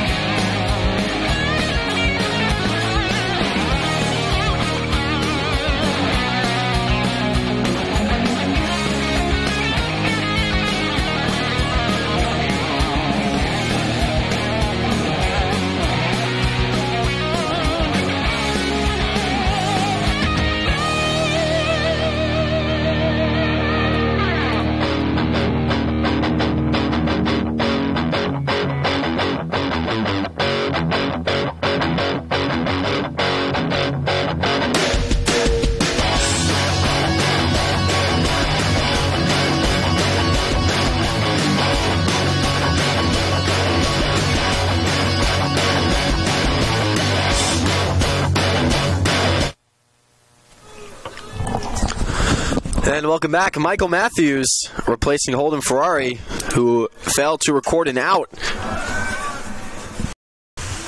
As he faced 3 batters, he walked 2 and hit 1. And he is responsible for both runners on base. So the door is not closed on Ferrari just yet. It's Matthews' first pitch and the runner's going. Catch, throws it down to second. And that ball is not caught by Madden Ward. And the run will score. And it's now 6-3 in favor of Trinity. So on the passed ball there, the run was able to score. And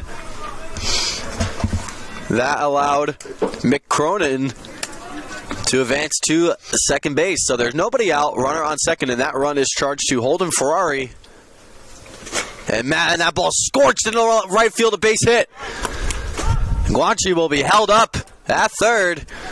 And there's first and third, 1 out now.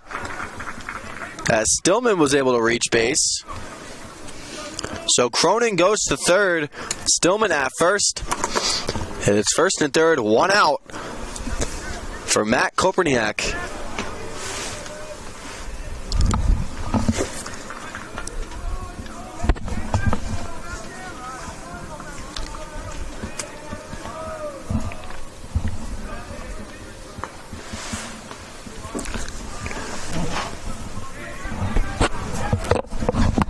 He scored the run when it went. They threw it out into the behind the. So it was unearned.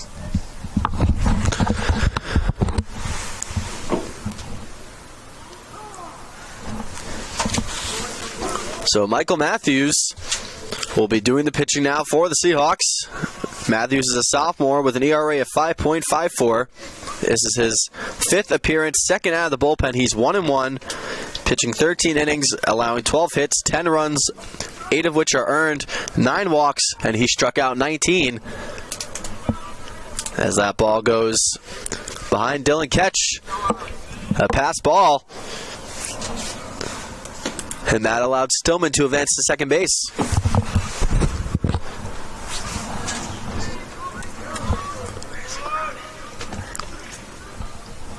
So the Seahawks have 5 errors in this one. And the Trinity College has just 4 hits, but 6 runs. As that pitch from Matthews is in there, first strike. It's been a tough 7th inning for the Seahawks. 2 walks, a hit batter, and a single have brought home 2 runs to extend this lead. It's now 6-3 here in the top of the 7th. Here's Matthews' pitch. It's in there, strike 2. Matthews with a strong freshman campaign and one of 4 freshmen to play a significant role in the Seahawks' trip to their 3rd straight Commonwealth Coast Conference championship. Here's the 0-2 from the sophomore right-hander. And it's in there. Strike 3 called. Big strikeout there for Matthews on Koperniak. And there's one away. And here's Ben Reinich. He is 0 for 2 with a walk and a run scored. The book is yet to be closed on Holden Ferrari as well. He is responsible for the runner at third base in Robbie Cronin. And Matthews responsible for Stillman as that ball goes into the backstop. And the run will score. And that extends the lead to 7-3.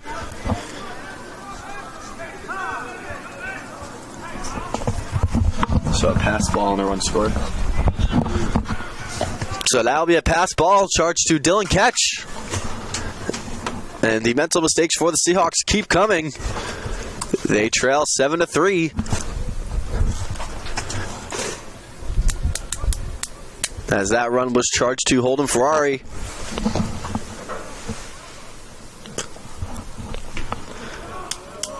That pitch is in there for a strike.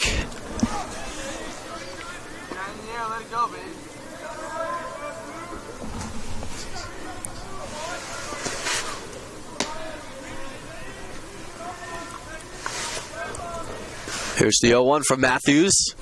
And it's in the dirt. It's ball one. So one out here in the top of the seventh. 3 runs have come around to score. And there's one out and a runner on third base. And that breaking ball misses. It's 2-1.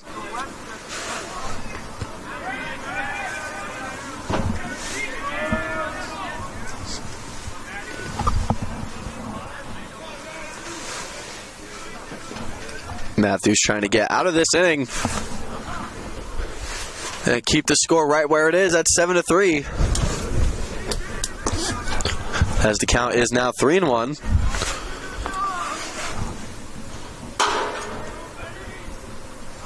Here's a 3-1 pitch from Matthews. And it's in there, strike 2. Big pitch for Matthews here. A walk would set up runners at the corners for the 3rd time this inning. Or a huge strikeout here. Here's the 3-2. And he gets the strikeout. Back-to-back strikeouts for Matthews, and there's 2 away. So now here's Johnny Stamatis. Stamatis is 0 for 3 with a strikeout.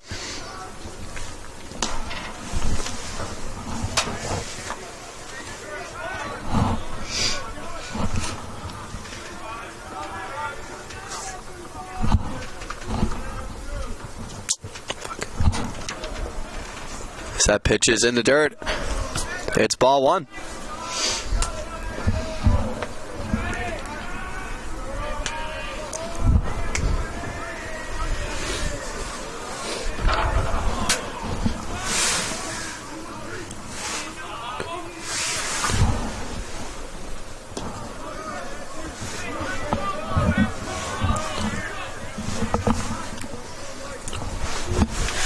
So it's a 2-0 count to Stamatis, and the book is officially closed on Holden Ferrari, who did not get through an inning, allowed no hits, 3 runs, none of which were earned. He walked 2 as well, as that pitch is outside, ball 3. If Stamatis can keep this inning going, Ian Steckel will get his first at-bat. He will be the 8th Bantam to reach the plate here in the top of the 7th.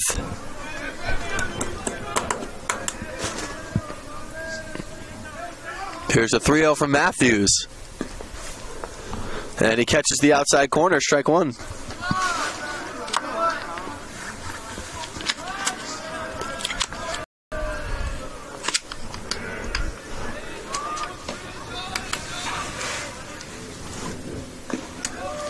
And that pitch also right over the plate to bring the count full at 3-2. Runner on third. 2 outs.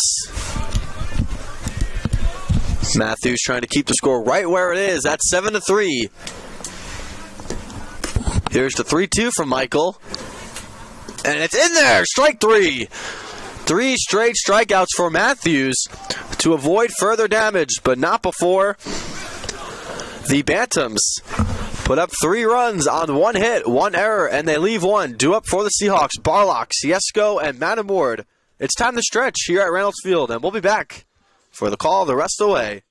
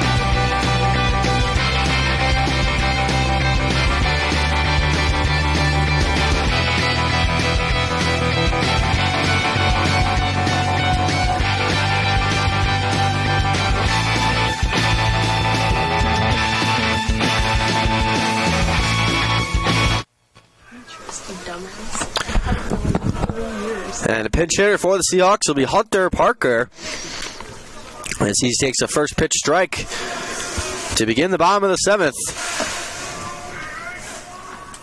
Parker getting his 7th at-bat of the season.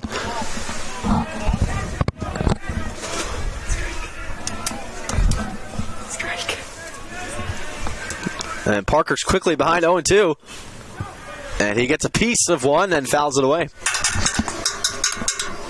Seems to be some technical difficulties with the scoreboard.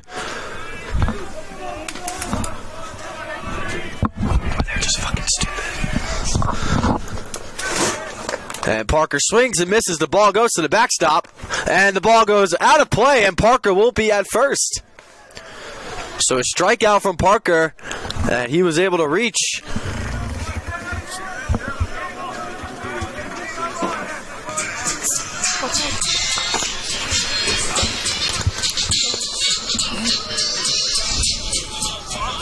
So here's Ciesco. Ciesco is 1 for 1 with a sac fly and a single. And that pitch is outside to Ciesco. 1-0. So he struck out swinging. Still get on base. And that's a ground ball to third. Could be 2. On the first for the double play. A 5-4-3 double play. And Parker is eliminated, and Ciesco is thrown out. So there's 2-way. And Eric Sorella cannot believe it. He's all the way behind the first base bag, arguing the call. But the double play will stand. 5-4-3 double play. He had a strike and then there was a ground ball because he got back in. And Sorella is tossed. So Eric Sorella will hit the showers. 2 innings premature. He was in the first base umpire's face. So Sorella will take a seat and head back to the Rogers Recreation Center. And the Seahawks will be without their skipper for the remaining 2 1/3 innings. And maybe that will light a spark under his ball club.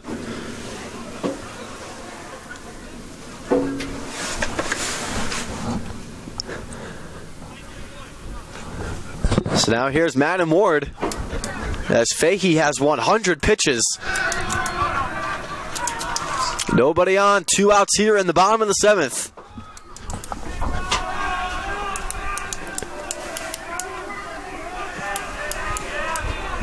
Fahey fixing his cap.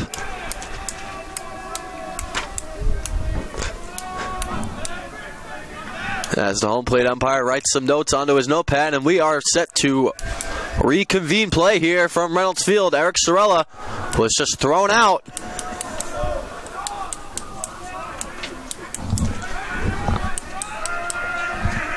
So here's Madden Ward. He's 0 for 2 as he grounds 1 foul. If Ward can keep the inning going, Dylan Ketch will be due up after him.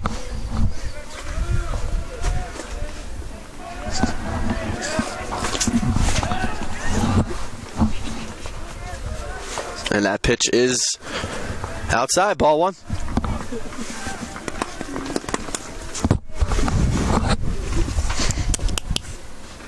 And Ward smacks one to left field. And Ward will be digging for second. And the throw comes in. And Ward is safe at second. So great play there by Steckel to get the ball in, but it'll be a double from Adam Ward.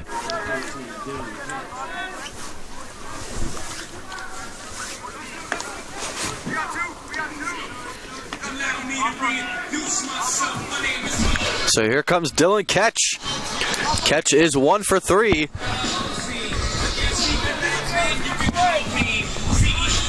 And the Seahawks trying to climb back in this one, trailing 7-3 in the bottom of the 7th. Madam Ward standing on second base. And it appears that might be all for Fahey. And it will be. He will be replaced by Eric Mall, the senior from Milton, Massachusetts. And we will step aside and we'll be back for the call of the rest of the bottom of the 7th inning.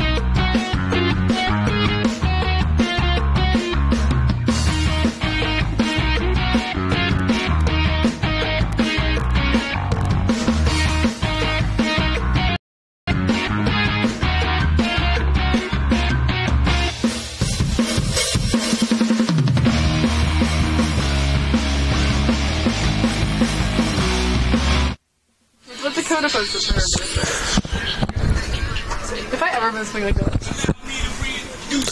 So Dylan Ketch will face Eric Mall. Mall making his 6th appearance of the season, all out of the bullpen. He's 1-0 with an ERA of 6.14. He has struck out 11 with 2 outs here in the bottom of the 7th. Brian Adamski going with the lefty-on-lefty matchup as Madam Ward reaches third base on a pass ball.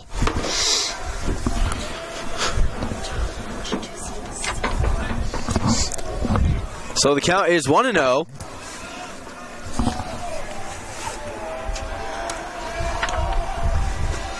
Here's the 1-0 to Dylan Ketch. Ketch grounds one right back to Mall. And that will retire the side. 1-3 on your scorecards. And that heads us to the top of the 8th inning. No runs, 1 hit, 1 left. We've played 7 here at Reynolds Field. The Seahawks trailing 7-3.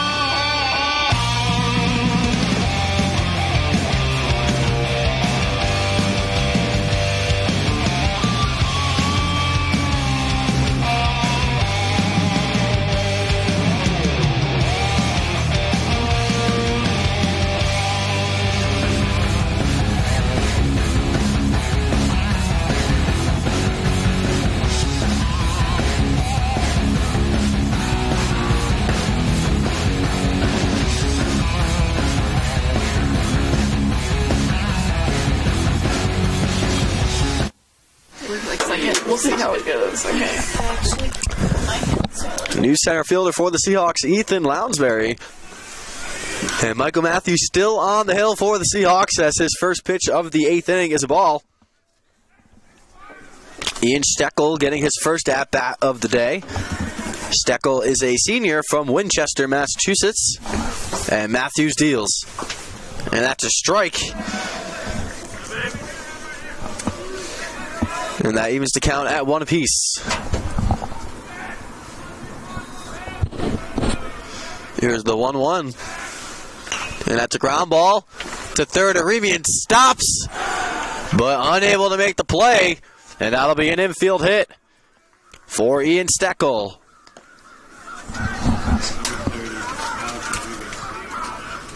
And senior right-hander Brett Wilkes is up in the Seahawk bullpen.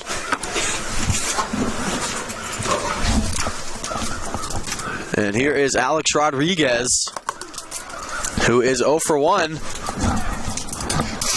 He reached on an error, and that was caught stealing in the second. He walked and scored in the fourth, and then struck out looking in the sixth.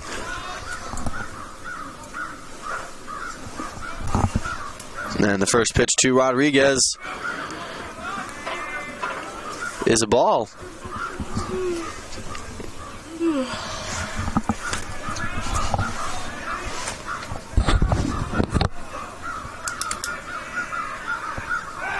Matthews checking on the runner at first. Safe.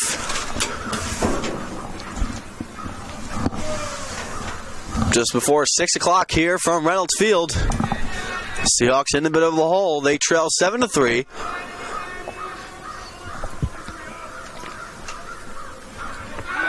And Matthews will check on the runner one more time.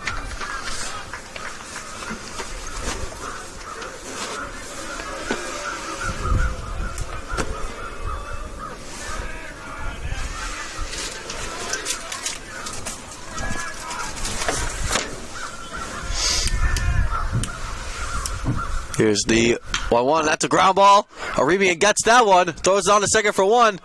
On the first double play. A 5-4-3 double play for the Seahawks. And there's two-way here in the top of the 8th.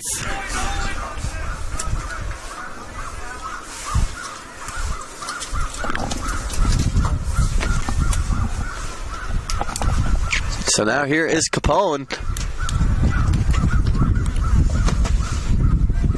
Capone has a sacrifice fly back in the 4th. Walked in the 7th and scored a part of that 3-run inning for Trinity.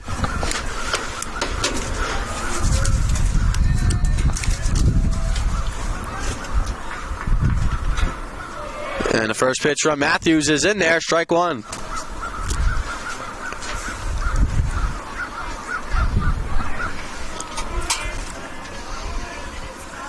Here's the pitch from Matthews.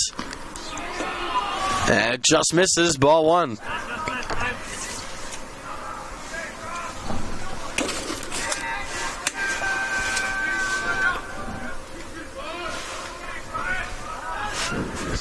Here's the 1-1 from the sophomore right-hander.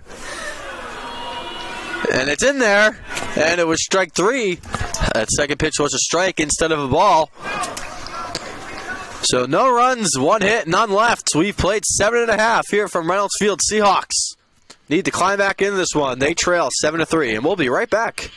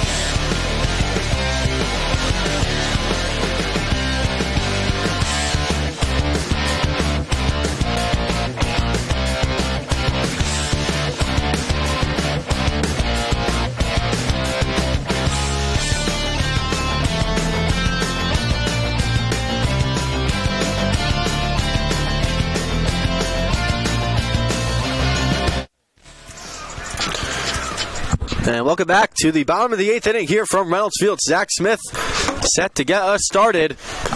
And the Seahawks trailing 7-3. 3-4-5 due up. Smith, Aremian, and Betts. Smith first pitch swinging at the ground ball. Too short. And that will be an infield hit for Zach Smith. Good start to the inning for the Seahawks. And here comes Colton Aremian.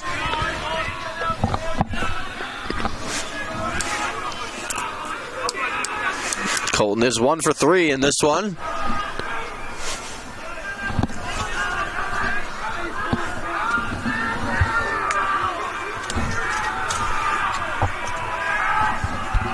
Here's the first pitch to the senior. And he grounds one foul. Colton is a senior from Boca Raton, Florida.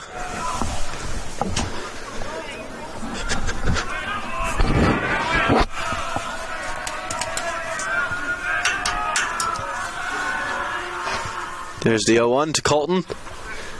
And he lifts one to left field. And Steckel makes the play, one away.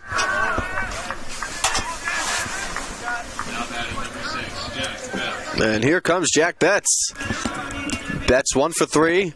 He doubled and scored a run in the 4th and grounded out twice, once to third and once to second. And DeFusco is waiting on deck behind him.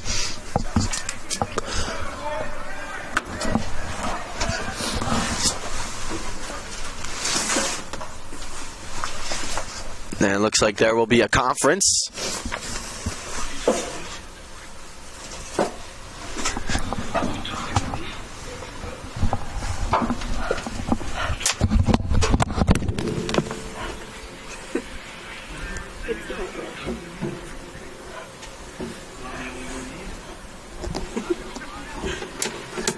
My neck warmer.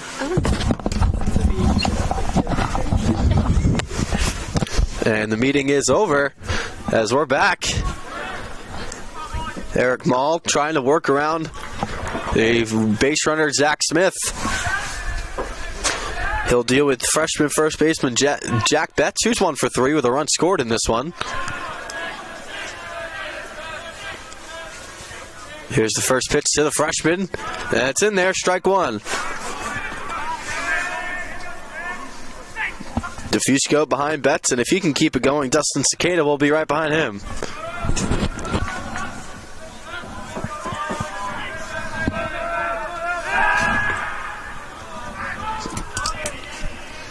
Asimov checks on the runner, Smith at first base.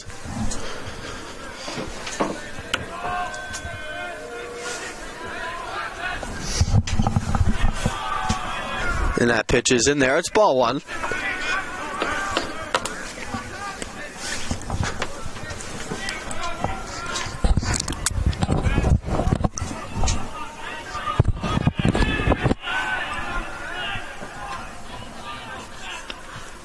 And that pitch is grounded to second base. And Cronin will just go to first for the out. So 4-3 put out as Smith advances to second base. So here's Michael DeFusco. He's 1 for 2 with a run scored and a walk.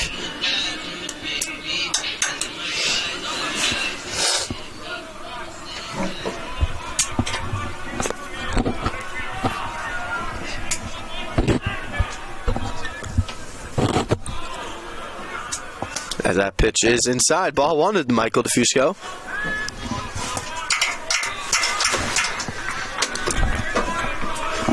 Just before 6 o'clock here on Tuesday, March 26th. Day before SRU Day here at Salve Regina University, a day where the university is closed, where students will be presenting on topics that they have been working on all school year long. Classes before 5 p.m. are canceled. As the count is 2-0.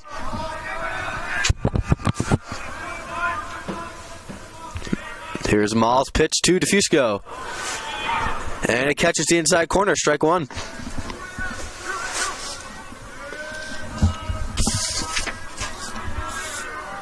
Maul, one of three captains for the Bantams. The lone pitching captain, as Fusco fouls one off his foot to even the count at 2. Trinity seeking their 5th straight win. Salve seeking their 8th straight win. And the Seahawks are just 4 outs away from having their win streak snapped.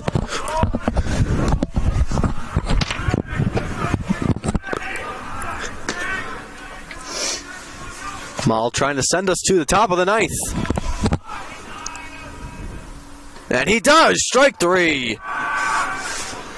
So the Seahawks strand Smith at second. No runs, 1 hit, 1 left. We've played 8 here from Reynolds Field. We head to the 9th, and we'll be back shortly. Oh, God.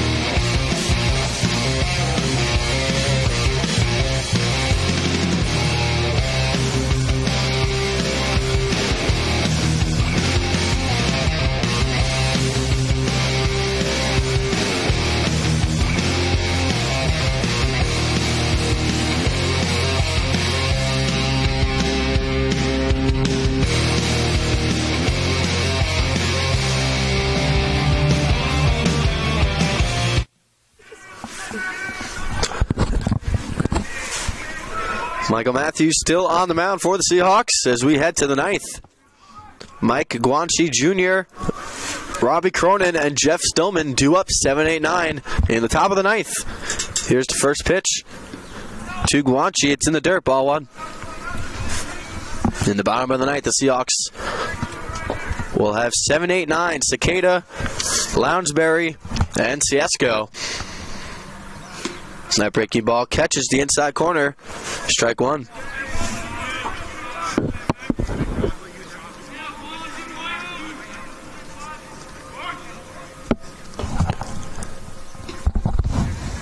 And the third pitch is inside, ball 2.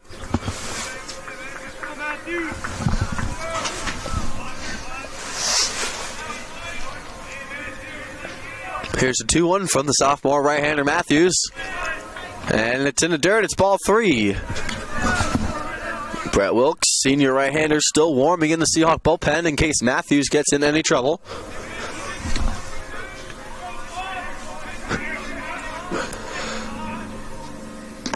And the 3-1 pitch catches the outside corner. Strike 2. Guanchi Jr. is 0 for 1 with a walk and a run scored. And that pitch is low, ball 4.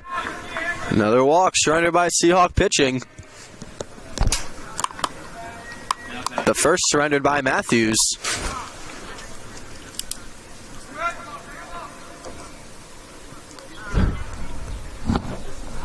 And it appears that will be it for Michael Matthews, and we will be seeing Brett Wilkes as we step aside, and we'll be back for the call of the rest of the 9th inning.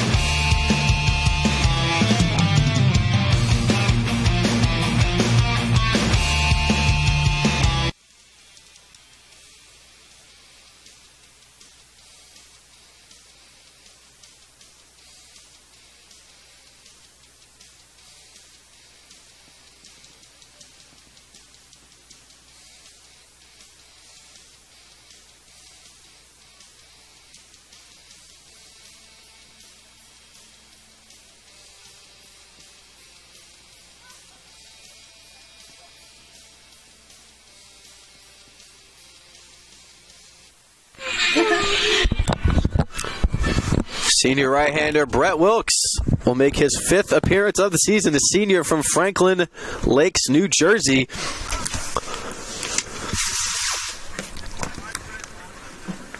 Wilkes with an ERA of 2.25. He's 1-1, his 5th appearance of the season.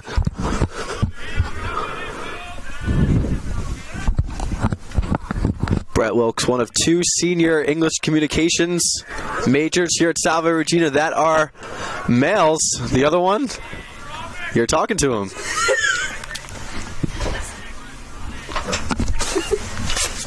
And Wilkes' first pitch is fouled off by Cronin.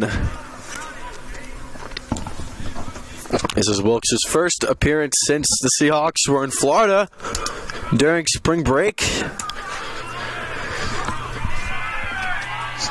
Wilkes' 36th career appearance, approaching 40 in his illustrious Salve career. He checks on the runner at first base.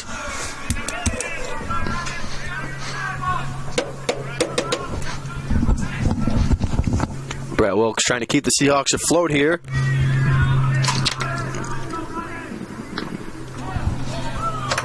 As that pitch is outside, ball 1.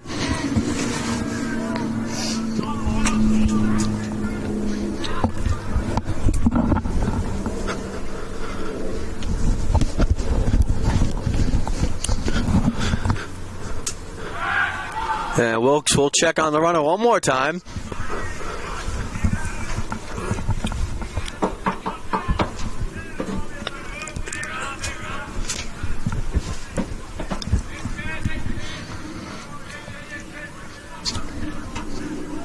Wilkes facing Cronin, who struck out and scored 2 runs.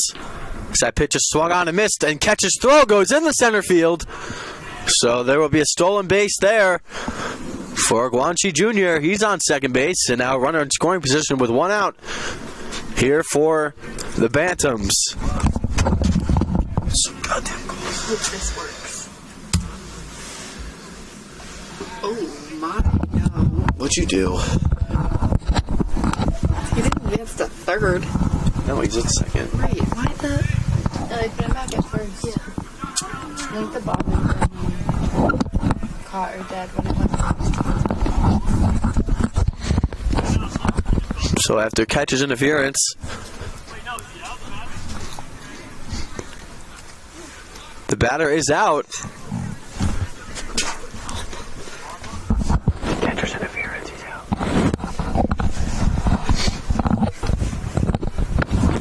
Caught stealing.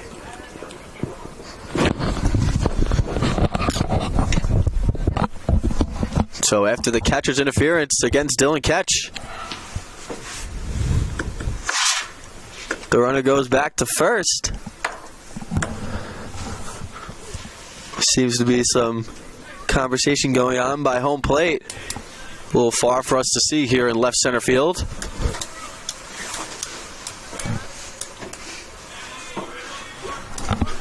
So the count is 2-1. There's 1 out here in the top of the 9th. Runner on first. Brett Wilkes on the mound. Here's the 2-1. And it's inside. Ball 3. So the runner's at first.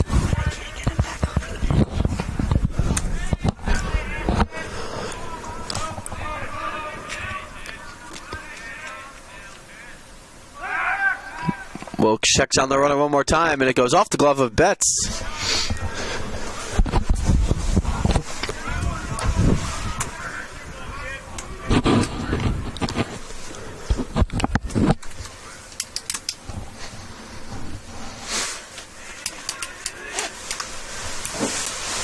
Here's the 2-1, 3-1 from Brett Wilkes.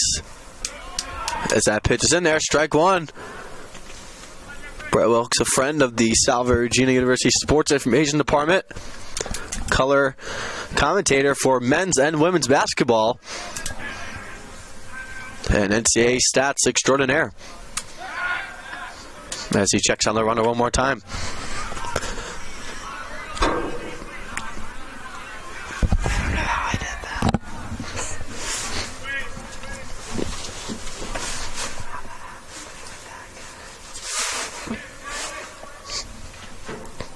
Here's the 3-2 from Wilkes. And it's in there. Strike 3 called.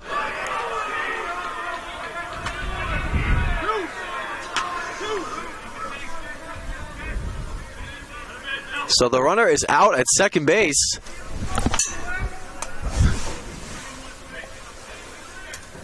So there's 2 away. And that was strike 2.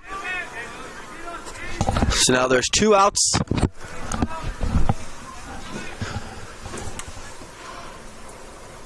And Wilkes' pitch is grounded slowly to third. Aremian charging. And he was able to beat it out. That's a single. And the inning will keep going. So there's 2 outs now.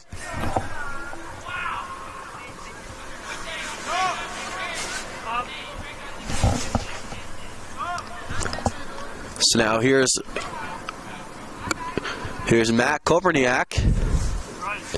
He is 0 for 3 with a walk back in the 5th.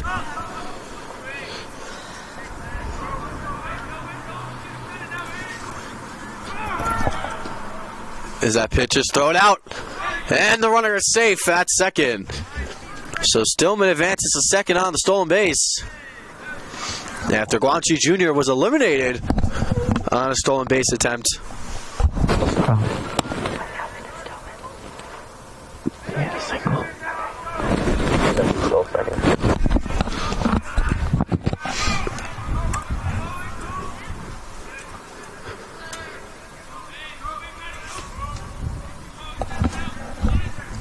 And here's the first pitch to Koperniak. And it's grounded foul.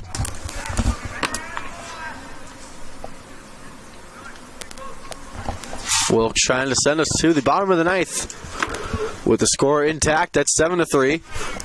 2 outs and 0-2 count.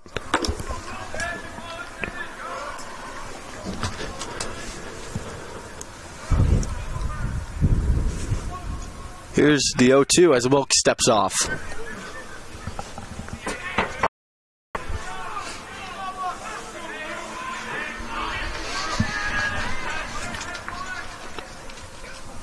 Going to the count, 7-3 in favor of Trinity. Stillman on second base as that ball's hit in the air. DeFusco tracking it, he's under it and makes the play to retire the side.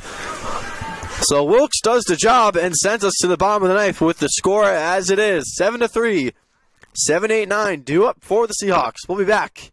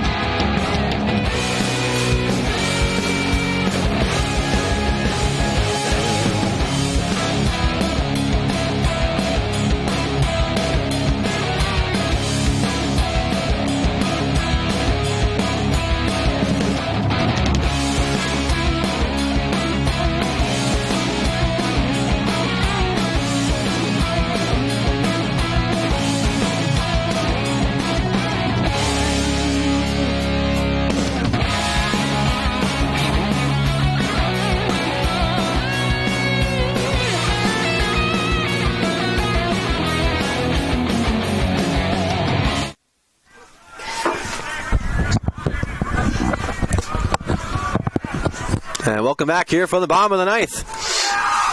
Cicada takes a first pitch strike. Seahawks 3 outs away from having their 7-game win streak snapped. As that ball is high, ball one.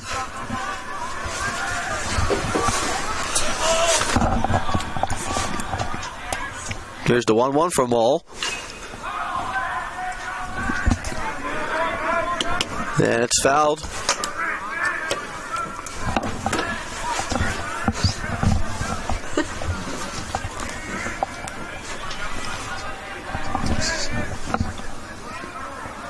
No 2 is the count. And it's gone to the third. And there's one away here in the bottom of the ninth. 5-3 put out on your scorecards.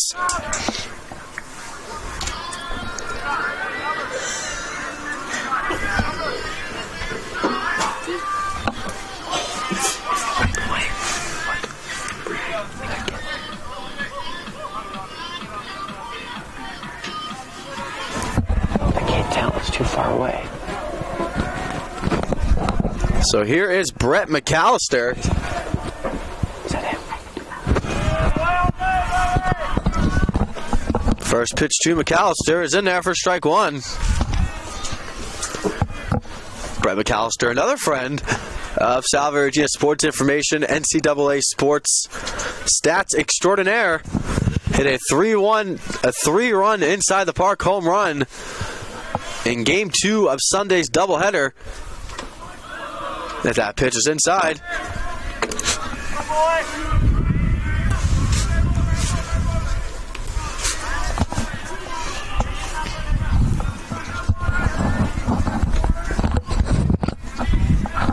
Here's the 2-1 to the freshman. And it's low, ball 3.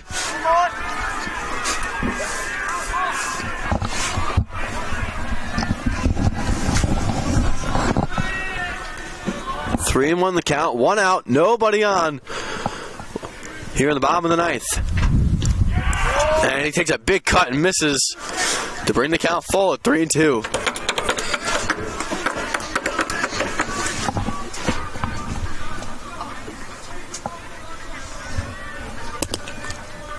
Here's the 3-2 pitch from Maul. And it's rocketed foul.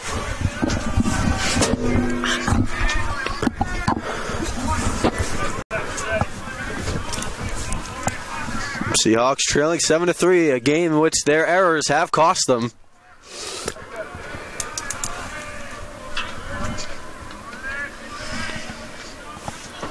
Here's the 3-2. And it's in there. Strike 3 called. So McAllister goes down looking, and the Seahawks are down to their final out.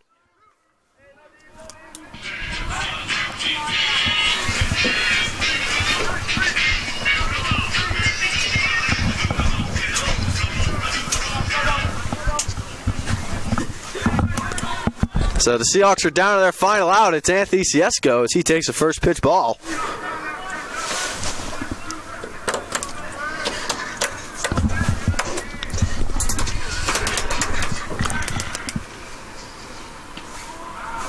And that pitch is in there, strike 1.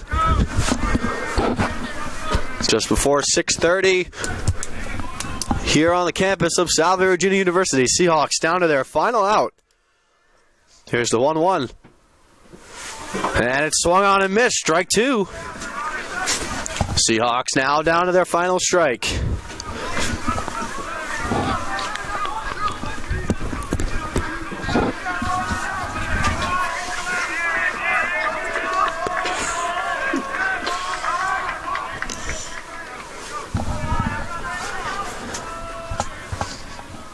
The left-hander Eric Mall, the senior. Both bullpens are empty. Here's the 1-2. And it's outside. Ball 2. This will be Mall's 25th pitch.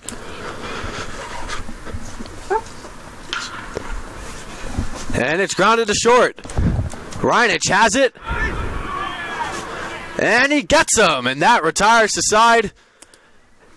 And the Bantams come away with a 7-3 victory here at Reynolds Field. The Seahawks' 7-game win streak is snapped, and the Bantams' winning streak improves to 5-3. 2-5, excuse me. Jimmy Fahey got the win in this one. 6 2/3, allowing 9 hits, 3 runs. All of them are earned. Walking 1, striking out 5. The Seahawks this weekend will play host to Wentworth. First pitch in Game 1 slated for noon p.m. and the second game slated for a little after 3 p.m. this Saturday, right here at Reynolds Field. I'd like to thank the production team here, the Salve Regina Sports Information Department, Logan Marsh, Grace Murphy, and Olivia St. Jean. I'm Sal Gualteri. Thanks for listening and enjoy the rest of your night.